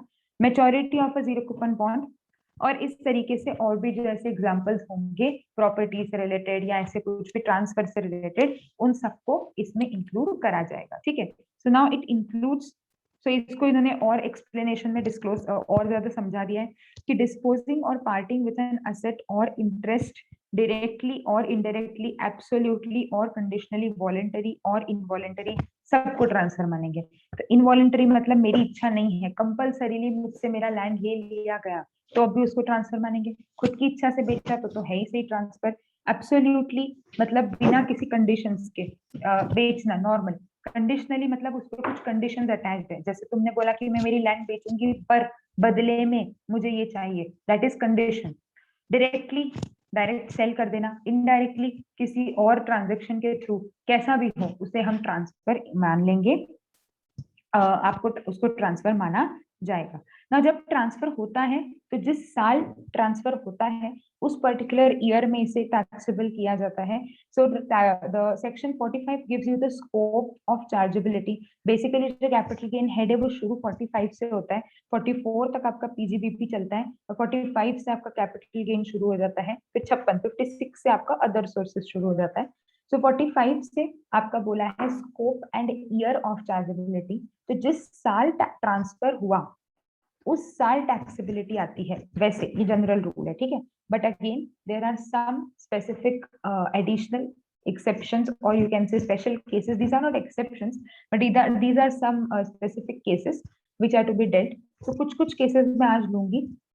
इस पे बहुत मेजर चेंज आया है 45(4) में, और इस पर क्वेश्चन बनने के पूरे पूरे चांसेस हैं। एक प्रैक्टिकल अच्छा फुल फ्लेज्ड क्वेश्चन बनाया जा सकता है इसके ऊपर, या तो केस सिनेरियो बनाया जा सकता है, या पूरा पूरा क्वेश्चन बन सकता है, जैसा भी इंस्टीट्यूट की मर्जी है। बट इस पे जरूर से चांसेस हैं, तो इसको हम नेक्स्ट फ्रेश क्लास से शुरू करेंगे ताकि आप लोगों के लिए भी एक वो फ्रेश चीज रहे। अभी तो एंडिंग वाला टाइम आ जाता है, ऑटोमेटिकली थोड़ा सा सब वो हो जाते हैं, ऑब्वियस सी बात है ऑफिस के बाद। सो अभी हम जनरल चीजें पढ़ेंगे एंड देन ये 45 कोर्स से मैं कल कंटिन्यू करूंगी। नेक्स्ट, तो आपके कौन से स्पेसिफिक ट्रांजैक्शंस होते हैं? सबसे पहला होता है इंश्योरेंस रिसिप्ट्स। अगर आपके कोई कैपिटल एसेट डिस्ट्रॉय हो गया है, उसके बदले आपको इंश्योरेंस का पैसा मिला, इंश्योरेंस कंपनी ने इंश्योरेंस का पैसा दिया है, तो उस केस में भी again it is a transfer. And जो भी पैसा आपको रिसीव हुआ है वो आपका कंसिडरेशन रहेगा। जितना भी पैसा आपको मिला that will be your sales consideration. And यहाँ पर जिस साल गाड़ी खराब हुई या जिस साल गाड़ी का एक्सीडेंट हुआ या डिस्ट्रॉयल हुआ, उस साल टैक्स नहीं लगता है। क्यों? क्योंकि इंश्योरेंस के केस में फिक्स्ड नहीं होता कि आपको पैसा कितना मिलेगा, इट्स नॉट श्योर, है ना। जरूरी नहीं कि आप जो एस्टिमेट करो क्लेम उतना का उतना इंश्योरेंस कंपनी रिलीज कर दे। तो आपको जिस साल रिसीव होगा उस साल आपके हाथ में टैक्सेबिलिटी आएगी। So in the previous year in which such money is received, जिस साल रिसीव हुआ है उस साल। और कंसिडरेशन बदले में जो भी मिला, कैश मिला तो कैश, अगर गाड़ी के बदले गाड़ी दे दी तो वो, या थोड़ा सा कुछ असेट दे दिया, थोड़ा सा कैश दे दिया, तो दोनों को आप ऐड कर दोगे। नेक्स्ट कन्वर्जन वाले पर मैं लास्ट में आऊंगी एज स्टॉक इन ट्रेड, ठीक है। देन नेक्स्ट इसमें हमें दिया हुआ है 45(3). जब आपका कोई कैपिटल एसेट आप एज अ कैपिटल कंट्रीब्यूशन देते हो, जैसे आप लोगों ने पार्टनरशिप सबने पढ़ा हुआ है बेसिक से, 12वीं क्लास से पढ़ रहे हैं, तो कोई पार्टनर जब आता है नया तो वो कैपिटल देता है, आप बुक्स में एंट्री करते हो bank account debit to X capital account या to C capital account. And not always necessary कि नया ही पार्टनर कैपिटल देता है, पुराना पार्टनर भी नया कैपिटल इंट्रोडक्शन कर सकता है। तो आपने ये एंट्री करी, अब सपोज सामने वाले ने आपको बैंक की जगह पर असेट दे दी। ऐसे भी क्वेश्चंस पढ़े होंगे आपने कि in lieu of his capital contribution he gave a furniture या ही गेव अ लैंड। मेरे पास लैंड थी, फालतू पड़ी थी, तो मैंने बोला मेरी कैपिटल तुम लोग 5 लाख रख रहे हो, 5 लाख का मेरे पास एक लैंड का पीस पड़ा है, मैं वो लैंड दे देती हूँ आपको, ठीक है। तो मेरे पॉइंट ऑफ व्यू से ये ट्रांसफर हुआ, मैंने मेरी असेट दी, पर एक्चुअली मैंने कुछ कैश या कुछ पैसा तो रिसीव नहीं किया इसके बदले, कि मैंने मेरी असेट तो दे दी पर मुझे कुछ मिला थोड़ी है, वो तो सामने वाले ने अपने कैपिटल जैसे उसको बुक्स में रिकॉर्ड कर लिया। तो ऐसी सिचुएशन में उसने एंट्री करी होगी अपनी बुक्स में कि लैंड अकाउंट डेबिट, क्योंकि फर्म के पास तो लैंड आ गई, टू एक्स कैपिटल अकाउंट या जो भी पार्टनर का नाम है। ये जो लैंड अकाउंट डेबिट हुआ है उसके बुक्स में, ये जो लैंड अकाउंट डेबिट हुआ है, ये लैंड अकाउंट जितने से डेबिट हुआ है वो मेरे हाथ में सेल्स कंसिडरेशन माना जाएगा। मतलब अगर सपोज ये लैंड वैसे तो 5.5 लाख की है, पर उस फर्म ने इसकी वैल्यू 5 लाख रखी कि नहीं हम इसको 5 लाख पे रिकॉर्ड करेंगे हमारी बुक्स में in lieu of your capital contribution, तो मेरे हाथ में इसकी वैल्यू सेल्स कंसिडरेशन क्या माना जाएगा? Sales consideration will be 5 lakh. तो सामने वाले ने अपनी बुक्स में जो वैल्यू लिखी है, अगर ये एज अ कैपिटल कंट्रीब्यूशन दिया जा रहा है या एज अ कंट्रीब्यूशन दिया जा रहा है इन द फर्म और इन द एओपी और in the BOI as the case में भी, तो फिर आपका उसे उस अमाउंट पर रिकॉर्ड किया जाता है। 45(4) तो पूरा ही सब्सटीट्यूट हो चुका है, सो इस पर हम बाद में आएंगे। So now we have discussed major cases of specific cases ये आप टेबल नोट करके रख लो एक बार, कल इसको एक कंक्लूड करेंगे, मतलब अभी सारे केसेस डिस्कस करे नहीं है हमने, लेकिन आप इसको नोट करके रख लो पूरा, ताकि अपने पास कल के लिए टॉपिक रेडी रहे और फिर कल अपन इसके ऊपर डिस्कशन करना शुरू करेंगे। जो चीजें हैं वो थोड़ी लेंदी हैं, तो इट्स बेटर कि हम कल ही उसको स्टार्ट करें। सो ये लिख लो, ये टेबल पूरा लिख लो and then we will close it. इसमें से कुछ कुछ चीजें हमने डिस्कस करी, कुछ कुछ अभी कर लेंगे।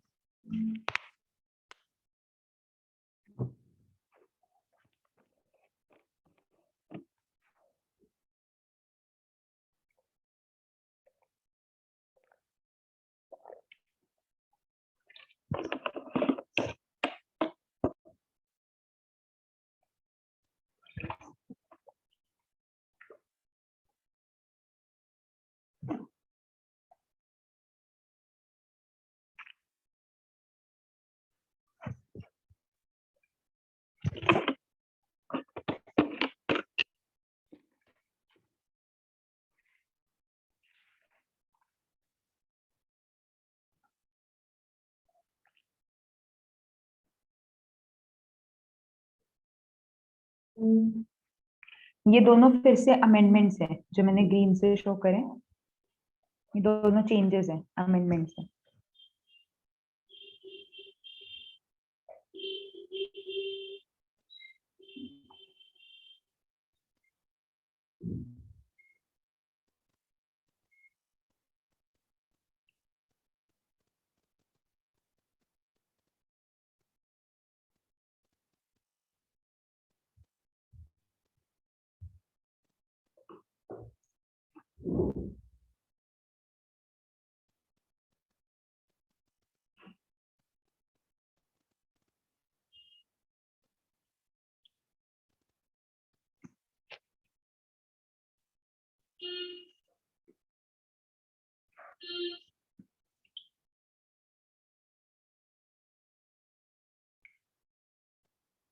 ये लिख लिया मैम। ये इतना लिख लो, सेक्शन 46 से पहले पहले तक, यहाँ तक।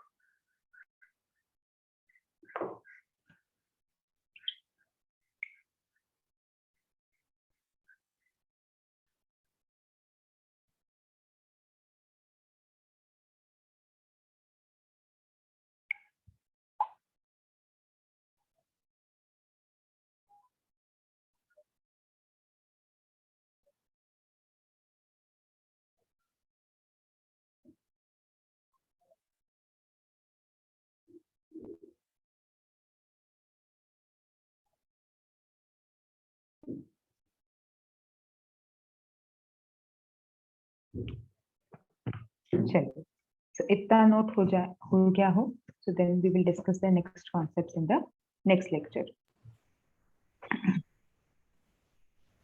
ठीक है मैम। है ना, हो गया ना नोट? हाँ, मैं So पूछ रही अब थी इस कि अपन